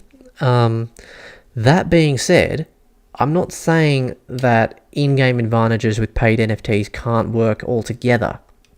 Okay? I think they can work on games that are not PvP based. So for example, Superior, right? If you're doing challenge runs with your friend where it's PvE, it's player versus environment, you're not directly affecting another opponent by beating them and making them angry. Even though I still don't think it's necessarily the best model, because again, even when it comes to things like challenge runs, right, if you can pay to just be better on challenge runs and just get the best stuff on challenge runs, I'm pretty sure there's still going to be a lot of people, traditional gamers that we want to get into the space, that don't like that idea and still won't play. But for me, I say, if there is a place for pay to win at all, it's 100% not in direct player versus player, but possibly in player versus environment games. Possibly in those kinds of games. And that's why I've invested a little bit more, in a Superior rare NFT, a rare Ronin. But yeah, guys, it's a concern. It's a concern I have. And one thing I did say in the video that I made, I spoke about a game called Ember Sword, which is in beta, I think. I'm sure a lot of you probably know about Ember Sword. It's been in development for a long time. So this is Ember Sword, guys. Again, it's looking like it could be a RuneScape fantasy game, but now I purchased Ember Sword land, and Ember Sword is no pay to win. There's no pay to win with this game, and I don't want to give away too much information, but I actually randomly met a part of the team, a guy that works for the team of Ember Sword in Copenhagen. It was so random. I was actually away in Copenhagen to go away on an island to get married to my wife, like really quickly. And we stayed in an Airbnb after our wedding. Two lovely people in this massive, really lovely house, about probably 45 minutes out of Copenhagen Central. And we sat down at the table. They invited us out. He said, why don't you guys come out for a beer, have a bit of carrot cake? We've just made some food to eat. We said, yeah, why not? We'll go out and socialise for a bit. We're pretty tired, but we thought, yeah, why not? We'll be nice. And went out, sat down. I said, well, what do you do for work, mate? He said, actually, I'm into crypto gaming. And I nearly shat myself. I was like, you're kidding. That's so interesting, because I'm extremely passionate about gaming and crypto. And then we just talked a lot, and yeah, we met, and this is the game that he's a part of. He's a part of the development of this game. I think they got a pretty solid following on Twitter as well, I think. I'm going to, again, explain what their model is, because I think it's important. But again, the point is, guys, I kind of want... I'd love Gala Games to bring on some game developers that make games with the same strategy as Ember Sword. Ember Sword is one that I think is going to get it right. In fact, Ember Sword is the only long-term sustainable game I think that exists right now, as in, that's in beta. This is their social here, guys. 85,000 followers on Twitter. Been around for a while. Been around in development for a while. Looks good, guys. Looks good. But anyway, guys, yeah, so Ember Sword. So how does it work then? How does it work? How do you, how does it work? Well, it's actually very simple. And I don't know if this is not set in stone in terms of being the only way you can earn by playing Ember Sword. But basically, if you own Ember Sword land, you get a percentage share of the fees that are paid from transactions that happen on the blockchain between people trading NFTs on Ember Sword, which are primarily made up of skins, like maybe that green jacket that fella's wearing there, maybe that blue dress or outfit thing there, or people trading land, for example. So people trade NFTs that don't give you a pay-to-win advantage in the game, and the landowners, the NFT owners, get a percentage of that. That is smart. That's something that can work. All right, that is 100% something. When you think about that logically, that is something that can potentially work. It's going to attract traditional gamers, and it already has because of that. Because they're very strict about not applying the pay-to-win model to their game. And guys, I'm not going to give you guarantees, but you've just got to understand gamers, human psychology, why people do things. People do things for money, and first and foremost. Any company, okay? You might think Gala Games is out to do things for community first and all of this. It's complete nonsense, okay? The main priority for any big company, Gala Games included, is money. If they can satisfy the community and their investors, right, as a part of that, then they will. But money is the main priority, okay? And that is, I can't say for sure, but I would say that is more than likely why they haven't got a more similar model to Ember Sword, because it's not going to be as lucrative in the short term. I know I said it before, but I'll say it again. You're more likely to get people to pay $10,000 for a tank if they know they can buy that tank and it's got a superior gun, and they can go in and they're more likely to make kills, and when they make those kills, they win games. When they win those games, they earn more VPs. When they earn more VPs, they can cash in for more silk.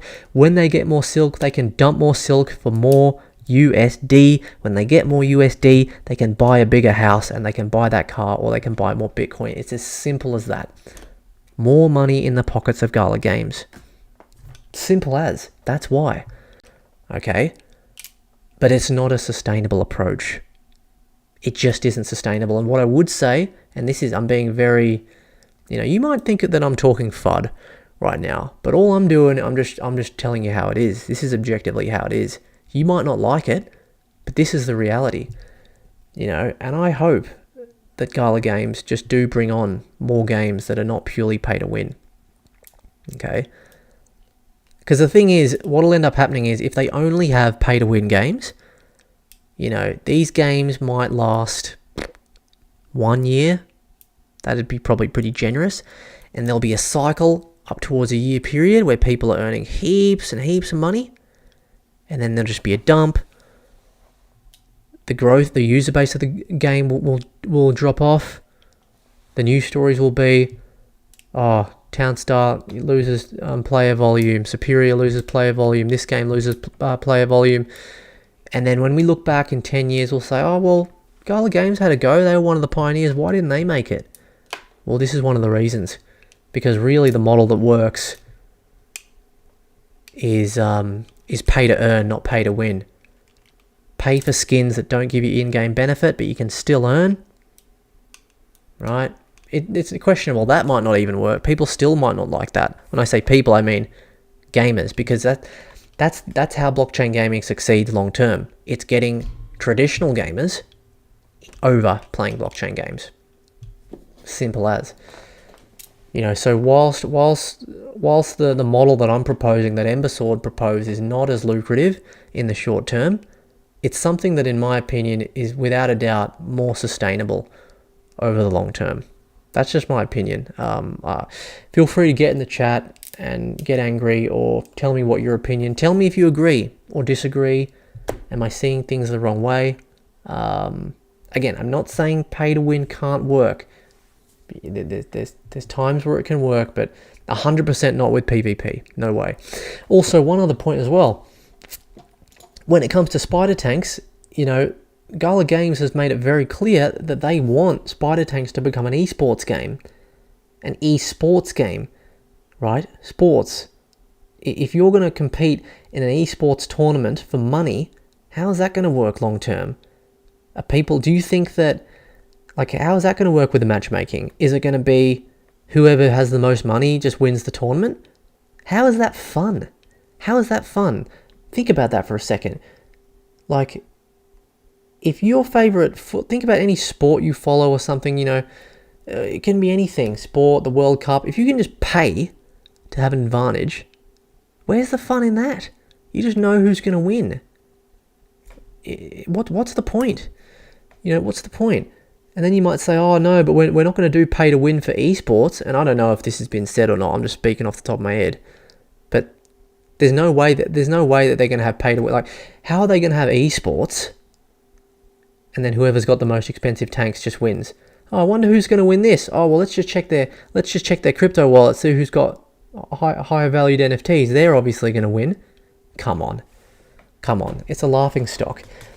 And then what I would say is, if you agree with my statement, what I just said about the esports, that integrity, then why should that same integrity of esports gaming for spider tanks not be applied to non-esports game spider tanks?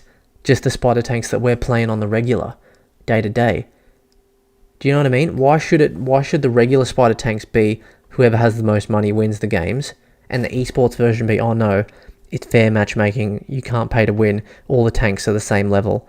Do you understand what I'm getting at here? It doesn't make sense. It's very easy to get caught up in the hype of, oh, they're doing this and it's a great game, and oh no, pay to win will be fine, the economy will be fine, even though there's never ever been one successful proven in-game crypto economy ever. Oh, it'll be fine, it'll work out, when it's actually never worked out in the history of mankind. This sense of optimism and everything like that. You got to remember, and this is not just about Gala games, this is about blockchain gaming on the whole. We're the pioneers. This has never worked before. When I say worked, it's never been sustained for probably much over a year. Think of Axie Infinity, right? Think of the Axies. I invested I think I invested $7,000 in AXS token, got up to like 120 grand at one point. I was splurging on Axies, $300 for this Axie, $400 for this one, $800 for this one, $100 for this one. You know what they're all worth now?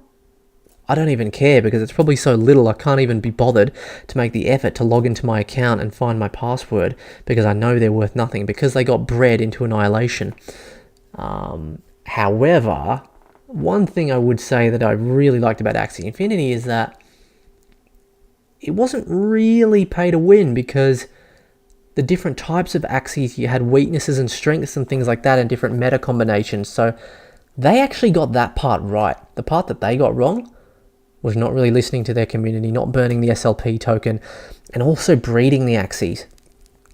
The breeding of the Axies screwed up the Axie NFT economy.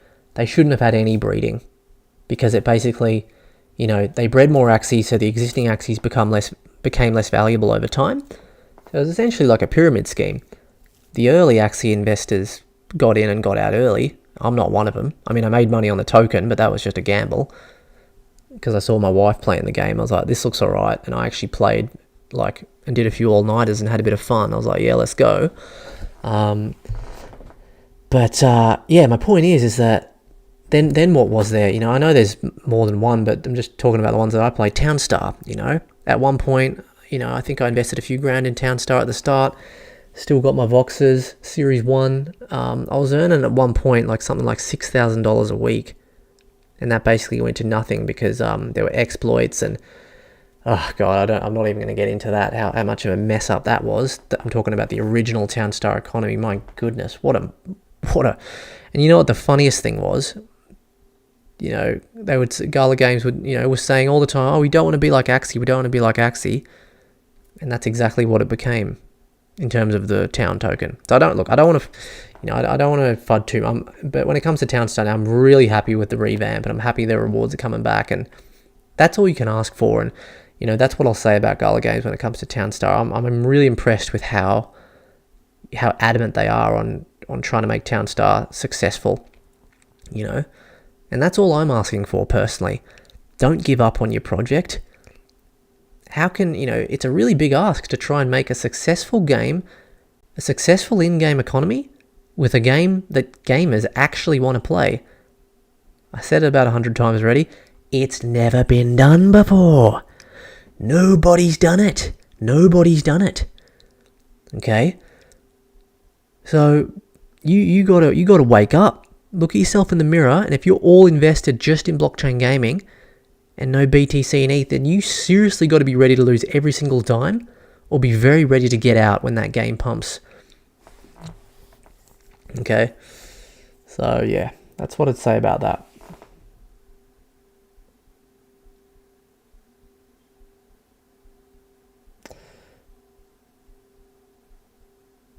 Got a few people getting active in the chat.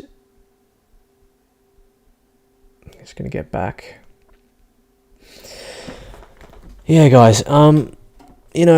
I know I went on a lot there, but no one's talking about that. No one. I mean, I don't know. Maybe they are, but I haven't heard them. Everything is just shill. $1 shill. And as I said to you already, I don't really give a shit. You know, I'm happy to wait for the price of Gala to go to $1 and cash out on an inflated price that isn't based on a sustainable model when it comes to the gaming. I don't care. But I don't want to be that kind of influencer. I don't want to be that content creator. I want to tell things honestly how I'm seeing them and disclose everything I'm doing. I don't want to talk shit. So you might not like everything I have to say, but I'm always being honest, and if I'm talking negative stuff, I'm always going to back it up with positive. How can they get better? What do I think they could do different?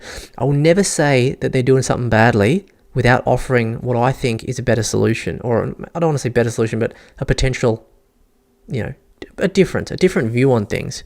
I'll always offer something. Because why? Because that's constructive. They'll probably never listen, but at least I've done my part in an industry that I am super passionate about. Simple as. So drop a like if you agree. Give me a downvote if you disagree. But yeah, let me know what you think about that, guys. If people have got opinions about that, I'd love to hear it, because I've been getting back to comments on my videos to people that they don't get it. They don't get the point. And fair, it's not really clear, but yeah, they don't understand where I'm coming from with this. Miss Melody says, "Oh my God, yes, millions for tanks." Well, that's the thing, Miss Melody. It does cost million. I think there are some tanks that are $1 million, and there are some tanks that are like $5. So the $5 tank is never going to beat the $1 million tank. That's what I don't like. I don't like that. I don't think matchmaking can solve that. I really don't. I thought about, can matchmaking solve that problem? But again, like I said already, there's not going to be enough $1 million tank players for there to be a pool of decent matchmaking. I mean, how many people can afford $1 million for a tank? $1 million tank's going to have a ridiculous advantage, right? So if $1 million tank player wants to come on and matchmake and get games, they're never going to be able to find games. Do you understand? So they're going to have to matchmake with cheaper tanks and smash them, take all the earnings and dump the token price. Come on. I mean, could it be more obvious? If anyone can give, prove me wrong. Prove me wrong. Please. Yeah, I do have an ego. I'm human. But I would be more than happy to be proven wrong on this point. Give me any counter argument as to why I'm wrong about that. Because I can't think of one. I just can't. Because no one's talking about it. Yo, Gala Music Player, thanks for being so active in the chat, my man. If you look at the cost of a common tank leveled up to 30 as the base price, they can beat Ancients. The only difference is the earnings. So it is kind of pay to earn. Okay, Gala Music, but alright, so you're saying a common leveled up to level 30 can beat Ancient, but what about an Ancient up to level 30? Answer me this question, Gala Music Player, because I don't know. Can a common tank level 30 easily potentially beat an Ancient tank level 30, or are you talking about a common tank level 30 beating an Ancient level 1?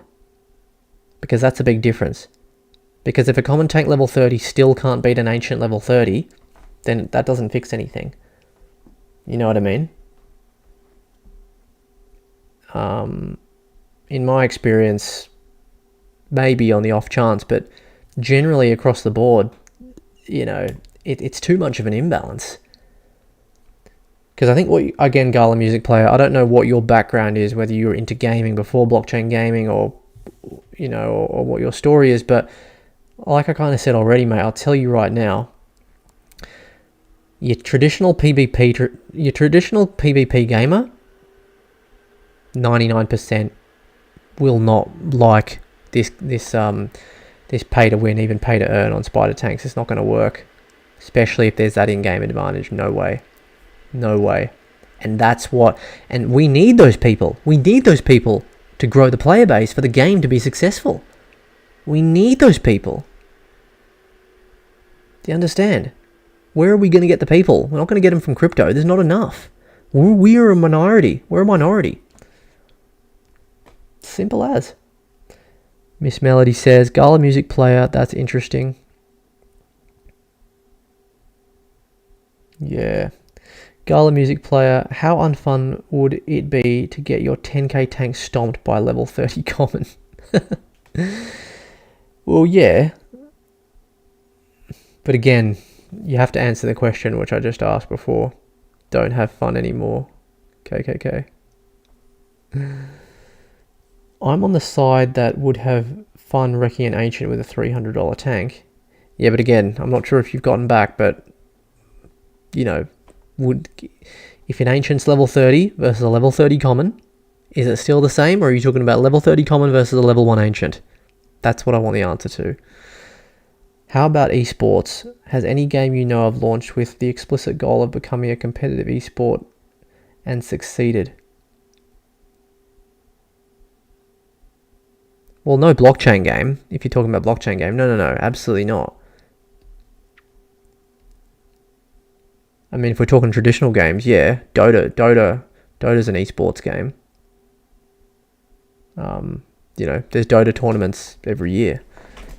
I think Dota brings in more money than I think Dota 2 brings in more money than, let's look it up.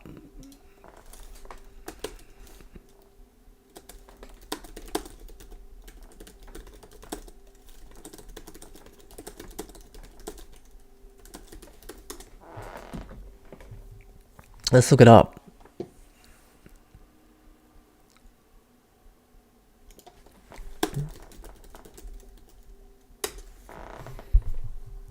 The prize pool for 2022, Dota 2, the international.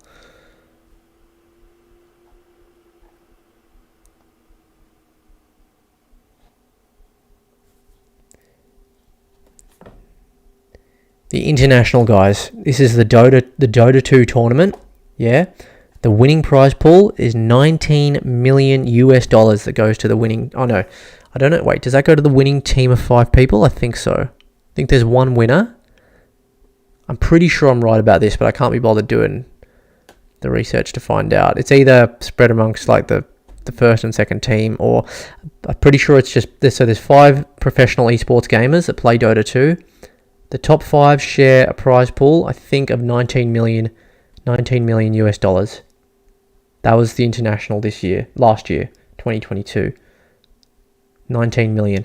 And that 19 million, at least part of that comes from, you know where that 19 million comes from? Maybe not all of it, but definitely a large chunk comes from people playing Dota 2, buying skins, buying in-game items that do not give advantage in the game.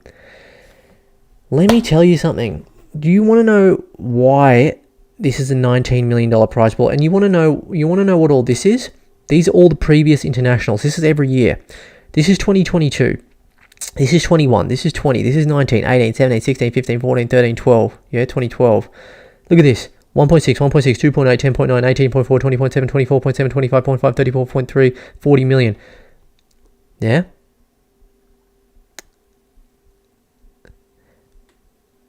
$40 million. Okay, so 19.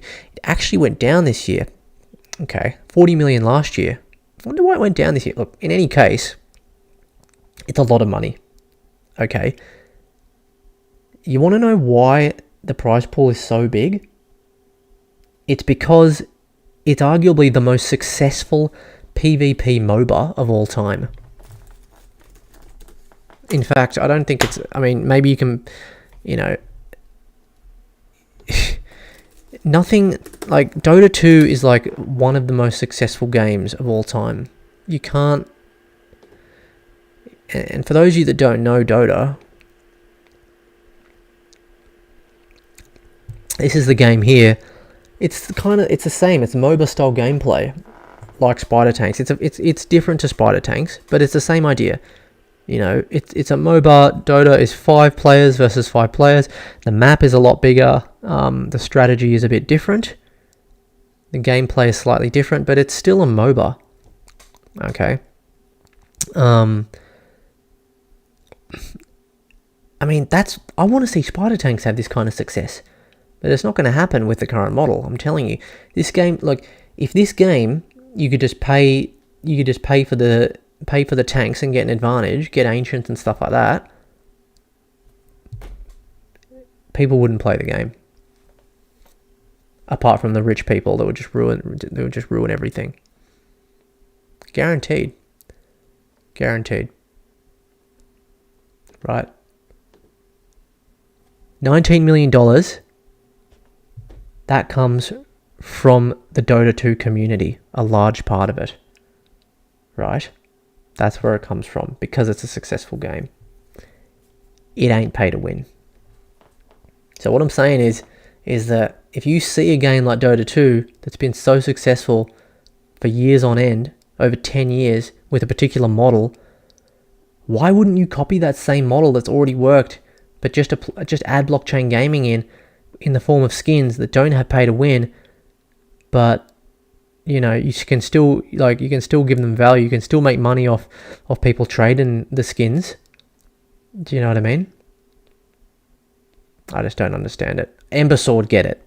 Ember Sword's the only company that get it. But yeah, sorry, Gala Music. I don't know if that's what you meant when you said about esports, but I think it was still important for me to get that off my chest. Spider Tanks is pretty fun, mate. Spider Tanks is awesome. The game's awesome. I don't have one bad word to say about the game itself. I love the game. When I stream Spider Tanks, I don't even care. I mean, I joke about the victory points and the earnings, but I'm not playing it for the earnings. I'm playing it because it's fun. It's like a quick, it gives me that same buzz, that same PvP buzz that I get from when I used to play Dota, but I was just too addicted to that game, so I had to stop playing it. Been playing it on and off since I was probably almost 10 years. I've put too many hours into that game. It's disgusting. And it just makes me angry every time I play again because I'm so bad. Because it's one of those games, kind of probably similar to Spider Tanks too, So one of these, they're these kinds of games where to really maintain a good level of gameplay, you need to be playing consistently. So yeah, but it does give me that same buzz, but like a Dota game, I'm not talking about Dota Turbo, but your typical Dota game can last anywhere between 45 minutes to maybe a bit over 1 hour. That's a long time to commit, and it's lovely, it's fantastic, it's a beautiful thing. But Spider Tanks, the beauty of Spider Tanks is you can jump on and have a game and it be finished in less than 5 minutes. It's fantastic, it's excellent. So it's like, I used to have this silly thing where, I often would, before I came over to the UK and travelled around Europe, I was playing a lot of Dota. I was properly addicted. I'd smoke a joint, play some Dota with friends. Oh, best times, honestly, best times. Sometimes I'd play for 48 hours straight. I wouldn't even go to the bathroom. I wouldn't eat. I'd piss myself, No, I'm joking, obviously not. But I could have. I was that hooked. But it was so good. And, often I'd have work and I'd be high. And it would be like, oh yeah, I got an hour and 10 minutes before I need to start my shift. I can probably get a game in. And I'd be playing the game and it's like, oh my God, this game's looking like it's going to go over an hour. And it was just, God, I'd always get caught in that position, and I'd always just be a bit late to work whenever I made that decision to have a game just before work because the games are so long. But Spider Tanks, it's 5 minutes. So you can kind of dictate your time a little better. You got shift at work. You can get a couple games in. If you got an hour, you can probably get 4 or 5, Spider Tanks games in. It gives you that same buzz. It's not quite the same intensity buzz. Well, actually, that's a lie. Some of the games I've had on Spider Tanks have just been absolutely fantastic. Some of those clutch moments you can have when you're playing properly with a team, and so good. So yeah, guys, to really summarize about Spider Tanks, I want that game to succeed so badly, but I'm not going to change my point of view. Pay to win model's not going to work. They need to change it.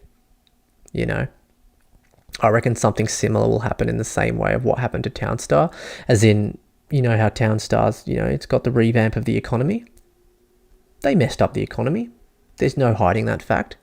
They turned earnings off for town node holders. I paid like $7,000 or $8,000 for a town node, earned some town token for a short amount of time, and then the price just dumped. So it was essentially worth nothing.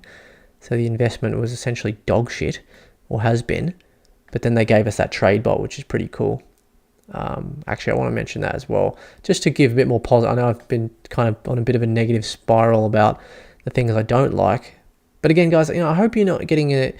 I hope you're not thinking that I'm fudding, because, I see FUD as when someone says like, all right, let me give you an example of how I would determine FUD.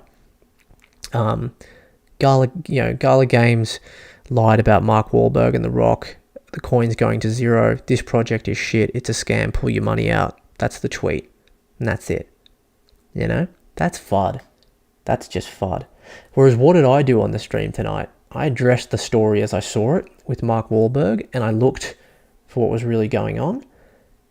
And, Miss Melody was kind enough to get in the chat and give some context on what she believed was going on. And we kind of came to the conclusion that it looks highly possible that there is apparently being a filmed, or at least there was being a film being developed with The Rock, this NFL film. Again, I can't speak for myself whether it's 100% true. Maybe something happened and it's not happening anymore. I don't know. I'm just saying that, but that's great. I'm going to assume the bullish case and that it's all going ahead, and that's it. So I nut it out. And we come to a positive conclusion, all for the benefit of pushing, of building a strong foundation for us as Gala Games investors for the long term. If we don't address these things and hold people accountable, I don't know about you guys, but I want Gala Games to win over a 10-year period, not a 1-year period, or not just a one bull market period. I want Gala Games to be a century-long win. 10 years of wins overall. Yeah, because that's life-changing wealth. That's not make money on a bull market and then lose it, and then, do you know what I mean? You understand what I'm getting at, right? Anyway, that's my approach. That's my approach. They're the kinds of projects that I personally invest in. And that's why I produce this content. That's why I am unbiased and bring up all these things, because I want to share, my opinions with others and you guys will hopefully, share that opinion as well, or digest it, and we can get a bit of community back and forth going about it. But yeah, guys, Dota 2 successful model. So what I was saying is, Spider Tanks, let's see what happens over the next year, but I reckon the player base isn't going to grow if they don't make a change there. They won't get traditional gamers. They might get them to try the game, but as soon as they get a taste of getting smashed by a legendary or an ancient, they'll leave. Their retention, yeah. How long does a player keep coming back to play the game over and over and over and over? Yeah, does that happen or not? They won't have that retention, right? Probably a lot of people will enjoy playing the game, but as soon as they get started smacked around by ancients who have paid $1 million for the tank, there's just too many other games that they can play. There's too many other options. They'll go and play Dota instead. Michael, thanks for being in the chat, bro. Big shout out to Michael, big supporter and moderator of the channel. What's Michael saying? Aoki. Hello, Aoki and chat. Nice. I play Wargaming. World of Warships and pay to win has always been a contentious issue. Matchmaking does its best, but there is always players that will be upset by it. Yeah, I think that's pretty accurate, Michael. I'm not familiar with those games, but I think what you're saying is accurate, and I do agree, at least for now. I don't think my opinion is going to change. Gala music player, it only gives them a statistical advantage until commons level up to perfect 30. They won't be able to farm easy in a few months.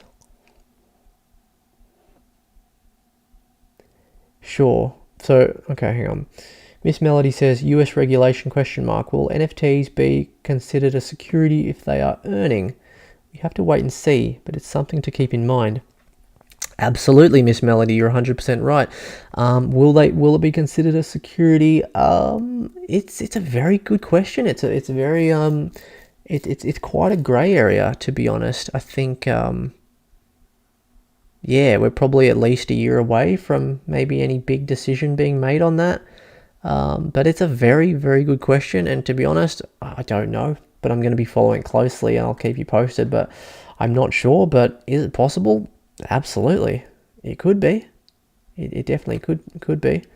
The SEC will sit down and put it through that test of that gentleman's name. I can't remember the name of the test, but they'll do that basic checklist and see whether it ticks the requirements of it being a security or not. And I guess we'll take it from there. But no, it's a very good point you raised, Miss Melody. Appreciate that. Mark Cooper Art, what's going on, bro? Good to have you in the chat, my man. They should have made the NFTs purely cosmetic and made them cheaper and collectible. Oh my God, finally someone with a, someone that I agree with wholeheartedly. Big shout out to Mark Cooper Art. That's, guys, Mark Cooper Art is 100% right. They should have made the NFTs purely cosmetic and made them cheaper and collectible. You can still have rare cosmetic NFTs and they could still earn money, but don't give you, only make them cosmetic, but you can still, cosmetic, but you can still earn money, I think. That's what I think. I don't know if you meant that, Mark, but I reckon you can still earn money, but they're just cosmetic. In the sense, that you don't have that in-game advantage. Absolutely. 17 likes on the stream, guys. Really appreciate the likes coming in hot. If you're enjoying anything that I'm talking about tonight, then make sure you don't forget to smash that like button if you haven't already. It does make a big difference. I've got my stupid stream on here, but I'm just gonna bring up my live stream here, just so I can see my chat on the screen and kind of get back to you guys a bit better.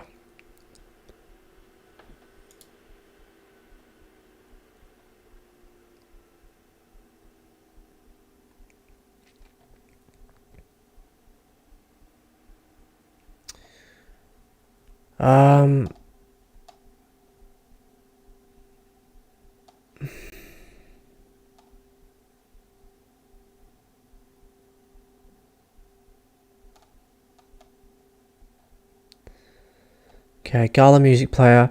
I see it like Web 2 games where you can just buy the battle pass and open crates to get new weapons before most have been able to grind them out. It gives them a heavy stat advantage. Yeah, look, Gala Music Player, I think for games like, again, I don't play Call of Duty anymore, but is that how Call of Duty is now? Yeah, no, I agree. It's, yeah, that's true.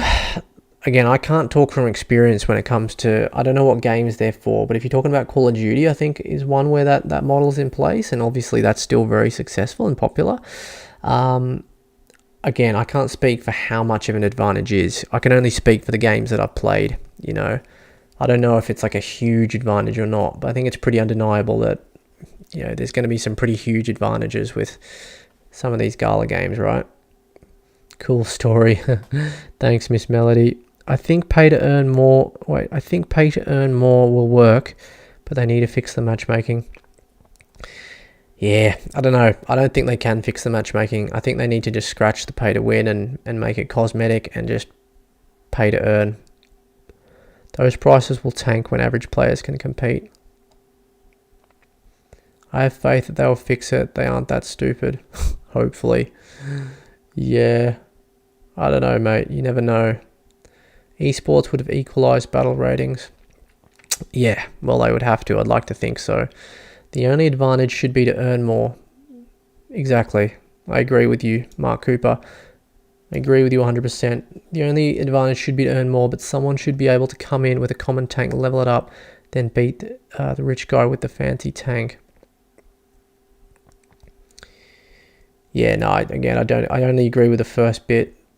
The only advantage should be able to earn more. Yeah. Yeah, Gala Music Player, somehow Vox might host the first Geary Dex. Yeah, I've heard a little bit about this, actually, and that's something I'm looking forward to. What's going on with like Voxverse and the Vox Dex and everything? That's exciting. That's another bit of exciting news, I think, that we've got really to look forward to, is everything that's going on with the Voxverse. Actually, I think that's I think that's pretty exciting. I've still got my Voxes. I've got how many Voxes do I have? I think I've got like a couple Townstar Voxes. I think I've got maybe like 3 Mirandus Voxes, and I think I've got a Walking Dead box that I haven't opened yet, which I think is pretty funny. I'm just planning on holding it to see if there's going to be like a pump around maybe the launch, maybe the launch of the actual the game or something like that. But I guess we'll have to see what kind of happens with that, really, won't we? It's kind of yet to be known, really. Yeah, I'm excited for it. It's a great point to say this has never been done before. It's such a long shot. Well, that's right, Gala Music. It is a long shot, and it applies to all games, not just Gala. All blockchain gaming projects, never been done. I think it's too often we get caught up in the idea of, it being a huge success and everything like that, and people overinvest. I've been a victim of it, for sure, but when you really just take the emotions out of it and think about it, it's kind of insane. Who are we to think that we've invested in the right project that's going to be the first that's going to bloody, reinvent the wheel or invent the wheel? It's ludicrous. Could happen, sure, but odds are it ain't going to happen. That's just the stats. But hey, I'm still hopeful and I'm still here. I'm going to be here until it does happen.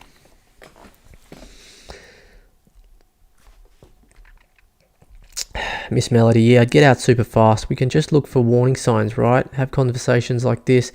It's good to be optimistic, but also realist when needed. 100%, Miss Melody, I 100% agree with you. You got to always be a realist, but it's also fine to be optimistic and positive. But yeah, you got to be a realist, and yeah, no, you're absolutely 100% right. You got to try and look for those warning signs. It's not always easy, because there's just so much going on, and we've got everything going on in our own lives, and it's and often when these things happen, some things can just dump very quickly, and you kind of just miss the opportunity to sort of get out of, I don't know, projects or investments or things like that.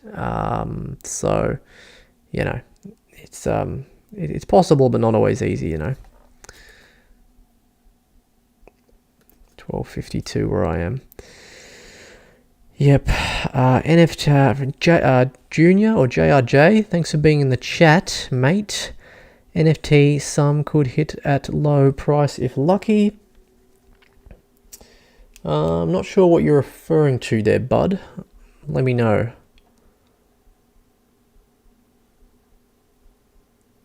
Yeah, I thought you might be thinking of COD, because again, I don't play COD, but I don't know why I know that, but okay. Gala Music Player says level 30 common versus level 30 ancient equals 50-50 odds. Okay, so that's interesting. Okay then, Gala Music. If that's true, then this is my question to you. Then why does one pay so much more for an ancient? Is it purely because they want to have an advantage sooner? And then if the answer is yes, then is paying that much extra to have an advantage sooner than the common really worth that amount of money when they could just pay significantly less for a common and then upgrade it for a fairly decent price to level 30? Because again, I haven't leveled up my tanks. I've got a friend who has leveled up his tank to level 30, and he said that it didn't cost, when I asked him how much it costed, I don't think it was level 30, but I think it was maybe like level 18. And then when I asked him how much it cost, I was kind of surprised about how small it was, the amount. And so, yeah, that's what I would wonder. In that case, that's definitely a big positive. But then it kind of leads me to think, I don't get, then why would you buy an ancient? Why wouldn't everyone just get commons and go level 30? You know what I mean? Why even have the ancients? Why not just let people level up to level 30? That in my mind does make sense. But what's the point in having ancients? I mean, obviously I understand it's, to make money, but I don't know.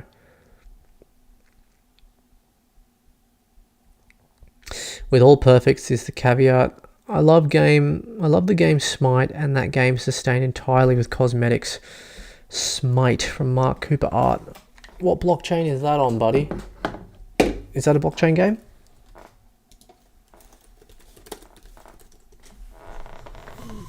Is this it here? Free to play.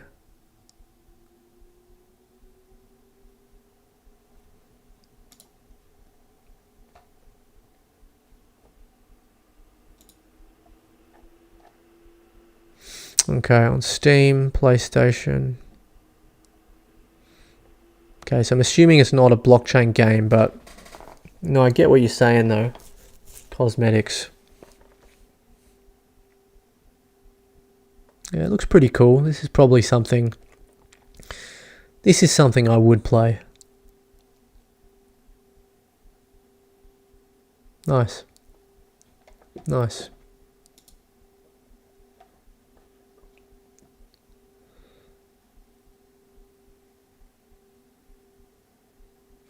Yeah, no worries, Gala Music. Did Dota launch with the spoken intent of becoming an esport? Gala Music Player, I don't know. No, I don't think so, actually. So basically, Dota 2 started as Dota. And I don't know how much you know, but basically, I don't know if this is the exact story, but I'm assuming you know Warcraft, like years ago. I don't know, maybe almost 20 years ago, that like there was basically Dota was like a mini game of Warcraft, like a side game, right? They just made like a mini side game. That's all they had planned for it, and then it just became extremely popular, turned into the official Dota, and then years later Dota 2, and then 20 years later or whatever, don't quote me on those numbers at all, but they went to making 40 million in 1 year for an international tournament. So the winners. Fortnite also have big prizes. Mirandus, sorry if I'm pronouncing Daesh. Sorry, I'm butchering your last name, man. Sorry, I'm not sure how to pronounce that. But yeah, I'm sure Fortnite do also have big prizes. I wouldn't be surprised. I've never played Fortnite, but I've watched a lot of gameplay. It looks really nice, even though a lot of people talk shit about it. Spider Tanks was literally my first MOBA ever. I've been an almost exclusive first-person shooter player since a kid. Yeah, nice. Yeah, I've been the two games I've played most of are Dota 2 is one, and then Rust is the second one.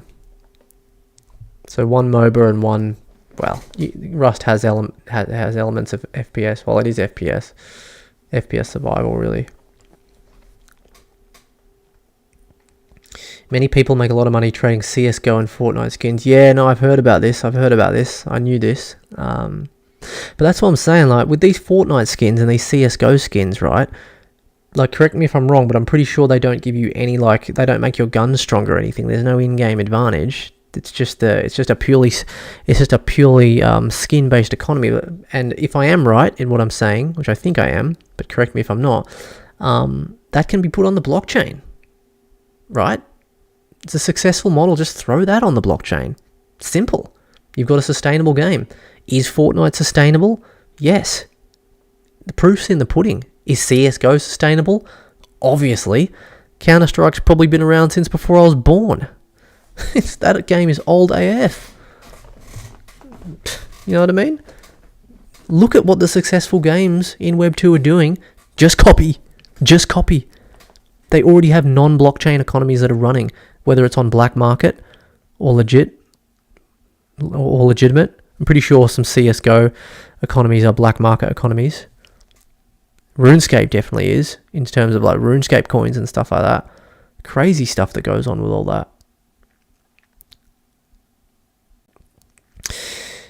Yeah, Miss Melody, about Townstar. Look, I'm not. Yeah, it's frustrating, but at the end of the day, I'm not blaming. It's my fault. And I think this is something as well. As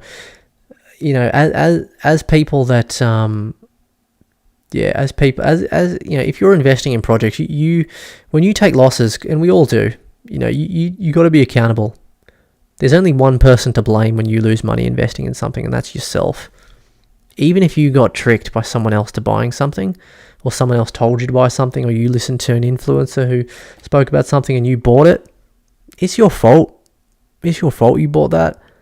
You know, you need to hold yourself accountable. People don't hold themselves accountable enough when it comes to this. So I hold myself accountable when I lose money, but I'll still talk about it. I was literally thinking of COD. Yeah, I thought you were. Yes, and they get crazy extra rewards. Yeah, okay. Well, it's still pretty successful, isn't it? Classy hit deity with a common turtle. Yeah. So here's a common turtle, yeah? Yeah. He's been proper grinding. I'd be interested to know how much he paid for his common turtle, actually. Sorry, not how much he paid for the turtle, but how much it cost to level up that turtle. I'd be interested to know how much the parts cost, the bolts and all that. Smite is a regular MMO. It's fun. They have common skins and rare skins that cost a ton. Cool. Every esport game I know of didn't start with esport intentions. The gamers decided that, in my opinion. Yeah. Look at Gala Music Player. I don't know enough about that specifically, but you're probably right. Michael, I watch a Rust moderator on YouTube. It's funny as hell. Oh, that does sound funny. You're going to have to leave me the link for that one, Michael. That's the kind of content that I would definitely like to watch. Oh God, Rust is a mad game. I've got plans to start a YouTube channel separate to this that's just purely about Rust and other survival games. Just Web 2 though. Just Web 2, but it's not a priority. It's just something that if at some point I have a bit of extra time, which I probably won't, but if I do, then I'll start making some content there, because I love that game. But it's just, there's no words that can describe that game. It's just in another universe. Yeah, that's a whole stream within itself. I think Fortnite will be the first huge game to make a Web3 port when Epic sees the grit numbers. That's an interesting point, Gala Music Player, and that's very interesting, and I think that makes a lot of sense. Because think about it, Gala Music Player, as we've discussed in this stream, Fortnite does have the successful skin economy already. People want to buy skins, people do buy skins, there's volume there. Put that on blockchain. Done. But the question is, and I don't know enough about the skin or the Fortnite economy, but is that going to benefit the creators of Fortnite? Who owns Fortnite? I don't know. But is that going to benefit them putting it on blockchain? Like in a similar way of why Steam doesn't really want to adopt blockchain, because, to be fair, like blockchain NFTs and gaming and stuff has such a bad stigma at the moment, so I don't blame them. As we've seen, I think Superior on Steam has a lot of negative reviews just because it's a blockchain game, which is really sad, because it's actually an incredible game developed by some really talented game developers. So yeah. Will they or won't they adopt it? It would be cool if they did. If they did, I'd be playing straight away. I'd be trying to get good at Fortnite if it was on blockchain 100%. That would be so cool, because it just looks so good. Fortnite just looks incredible.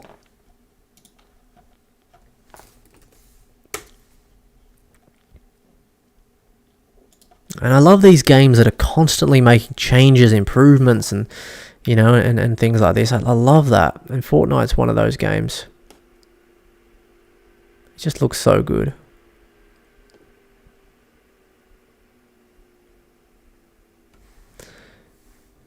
Yeah, it's so good.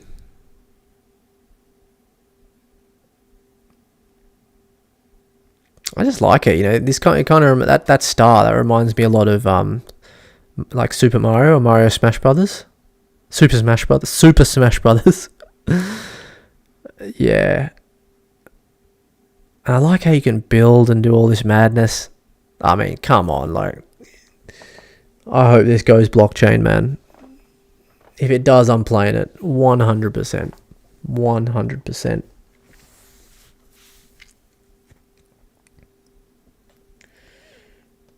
Probably going to wrap this stream up pretty soon, guys. I would love to keep chatting, but past my bedtime. And no, I'm really grateful for you guys being on the stream, you know, because I didn't think anybody would probably come tonight, because I don't know how, you know, I know Gala Games is pretty popular, but the Crow fam is pretty strong on the Satoshiaoki YouTube channel, but I don't know about Gala Games. But it's good to see you guys coming out. Got some better numbers than I was expecting tonight.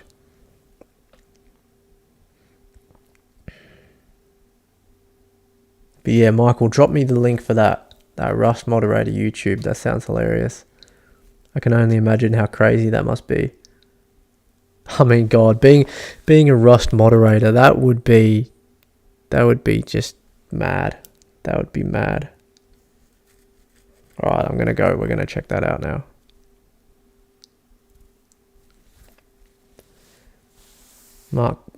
Mark Cooper, someone tell the Spider Tanks team to just copy Smite. It's a perfect model. If you try the game, you'll see what I mean. You know what, Mark Cooper, I've reached out to Game Media for an interview. I reached out to them to see if they would come on the podcast, but no one ever got back to me. You know, I was very happy to reach out to, well, actually I didn't reach out. Superior actually reached out to me. They didn't, like, not to do any paid content, but they just reached out to ask me if I was interested in just playing the game, basically. But I was already playing the game. And so I didn't, yeah. So that was that. But then a few months later, I thought, you know, why not, why not do an interview with them? So I asked them if they wanted to do an interview. No one paid anyone. They just came on, we had a chat, and, yeah, that was it. It went really well. But you know, it was really annoying. We actually had a chat last year, like in December, and my stupid recorder didn't work properly, didn't record the audio. I was livid. So livid. That took me like 3-4 days to get over. I was fuming. But anyway, rescheduled it and got it sorted out and managed to get the interview. And actually the interview turned out better the second time.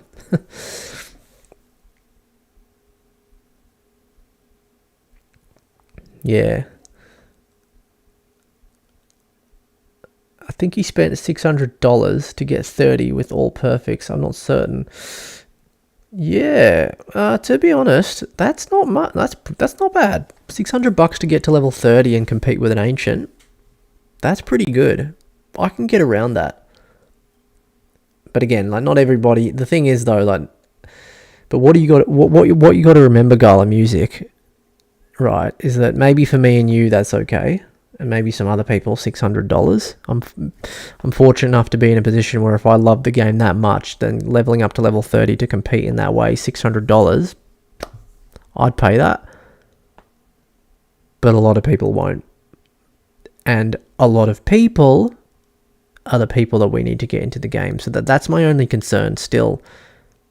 You know, for us degens, we just degen into things, right? Me anyway. Yeah, I'll do it, but I'm not everyone else, and we need mass adoption for ultimate success. That's kind of how I'm thinking about it. Exactly. We still made the choice. Talking about accountability, I'm guessing, right? I just told a guy in the Gala Film Node Discord, he was basically calling out bucks and complaining about not earning anything yet. Yeah, always going to happen. And I took it upon myself to tell him not to attack bucks. I basically became a Karen. You became a Karen. And told him it was his choice and to stop crying. It's true. It's true. You're right, Miss Melody. You're 100% right. Nah, good on you. We need more people like you, Miss Melody. You know, there's not enough people that are willing to just stand up and just do what's right in all aspects of life. And no, good on you. Keep doing that. Keep doing that. Keep doing what you're doing. I sure as hell do, and it's good to hear that you're doing it as well. I try to support Gala creators with likes and subs. Besides, I've been watching your channel before Gala. Yeah, no, I appreciate that, man. Appreciate that. To be fair, that was him leveling up with my pockets. Up with pockets. But it is possible to slowly earn an upgrade. Yeah, no, it is. No, you're right. And obviously, I think when you think about matchmaking in that sense, I mean, I guess it makes it better. I wouldn't say it fixes it necessarily, but it's definitely more optimistic than what I kind of thought before, I guess. So thanks for letting me know about that. Yeah, I need to I need to make sure I open that link because I want to laugh about this.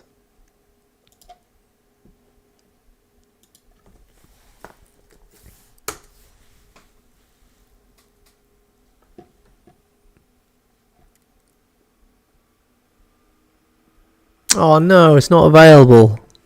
It's not available anymore. Just tell me the name of the YouTuber. Please. Alright guys, do you know what? I'm loving being here, but I think I got to sign off. But hey, I tell you what, I'm going to be back next Saturday, 5:30 Eastern Standard Time. If you haven't liked the video yet, make sure you do smash the like button, folks. We're going to be talking about Gala games and blockchain gaming on the whole, and a bit of regular gaming as well. You know, but again, yeah, mainly Gala games, blockchain gaming, and just regular gaming and crypto, but just when it's relevant. Okay. Yeah, I'm absolutely knackered, and my daughter's going to be up like she is every morning at probably 5 or 6 a.m. And yeah, I'm going to be absolutely shattered, but nature calls. I think we've pretty much covered. I mean, again, you know, there's just so much. There's just so much to cover in this space, isn't there? But yeah, look, I'll put in place a bit of a plan together for next Saturday. And yeah, and we'll take it from there. Yeah, thanks, Miss Melody. Night to you too. And yeah, thanks for that donation. That's really kind of you. That really helps.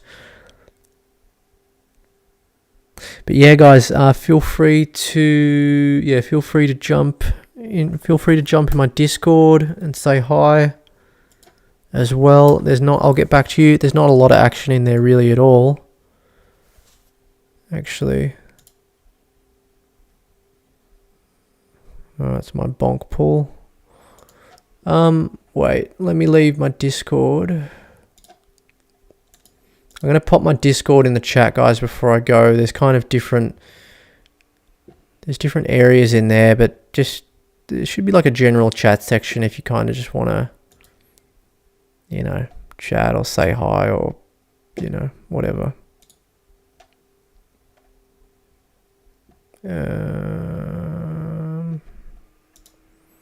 My Discord here.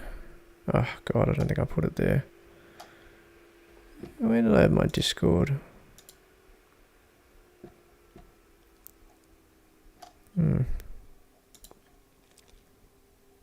Maybe it's on my bonk video. There it is, guys. Sorry, guys. I just wanted to grab my Discord for you guys. Whilst I can still barely keep my eyes open.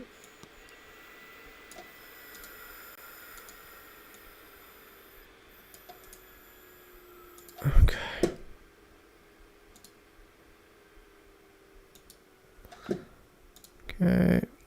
Okay. Yep. Yeah, thanks guys. That's my Discord there. Just left it in the chat if you guys want to say hi during the week, or you know, yeah, I'll be bringing some more value to that Discord, but I've just kind of got it set up there for now. Got different areas, got like my crypto.com section, got different gaming sections there, and yeah, if you want to talk about something particular, just try and find the group that's relevant. And yeah, I check my Discord every day, so yeah, if you want to say hi, ask questions, we can connect in there. Sweet. All right, guys, great being here.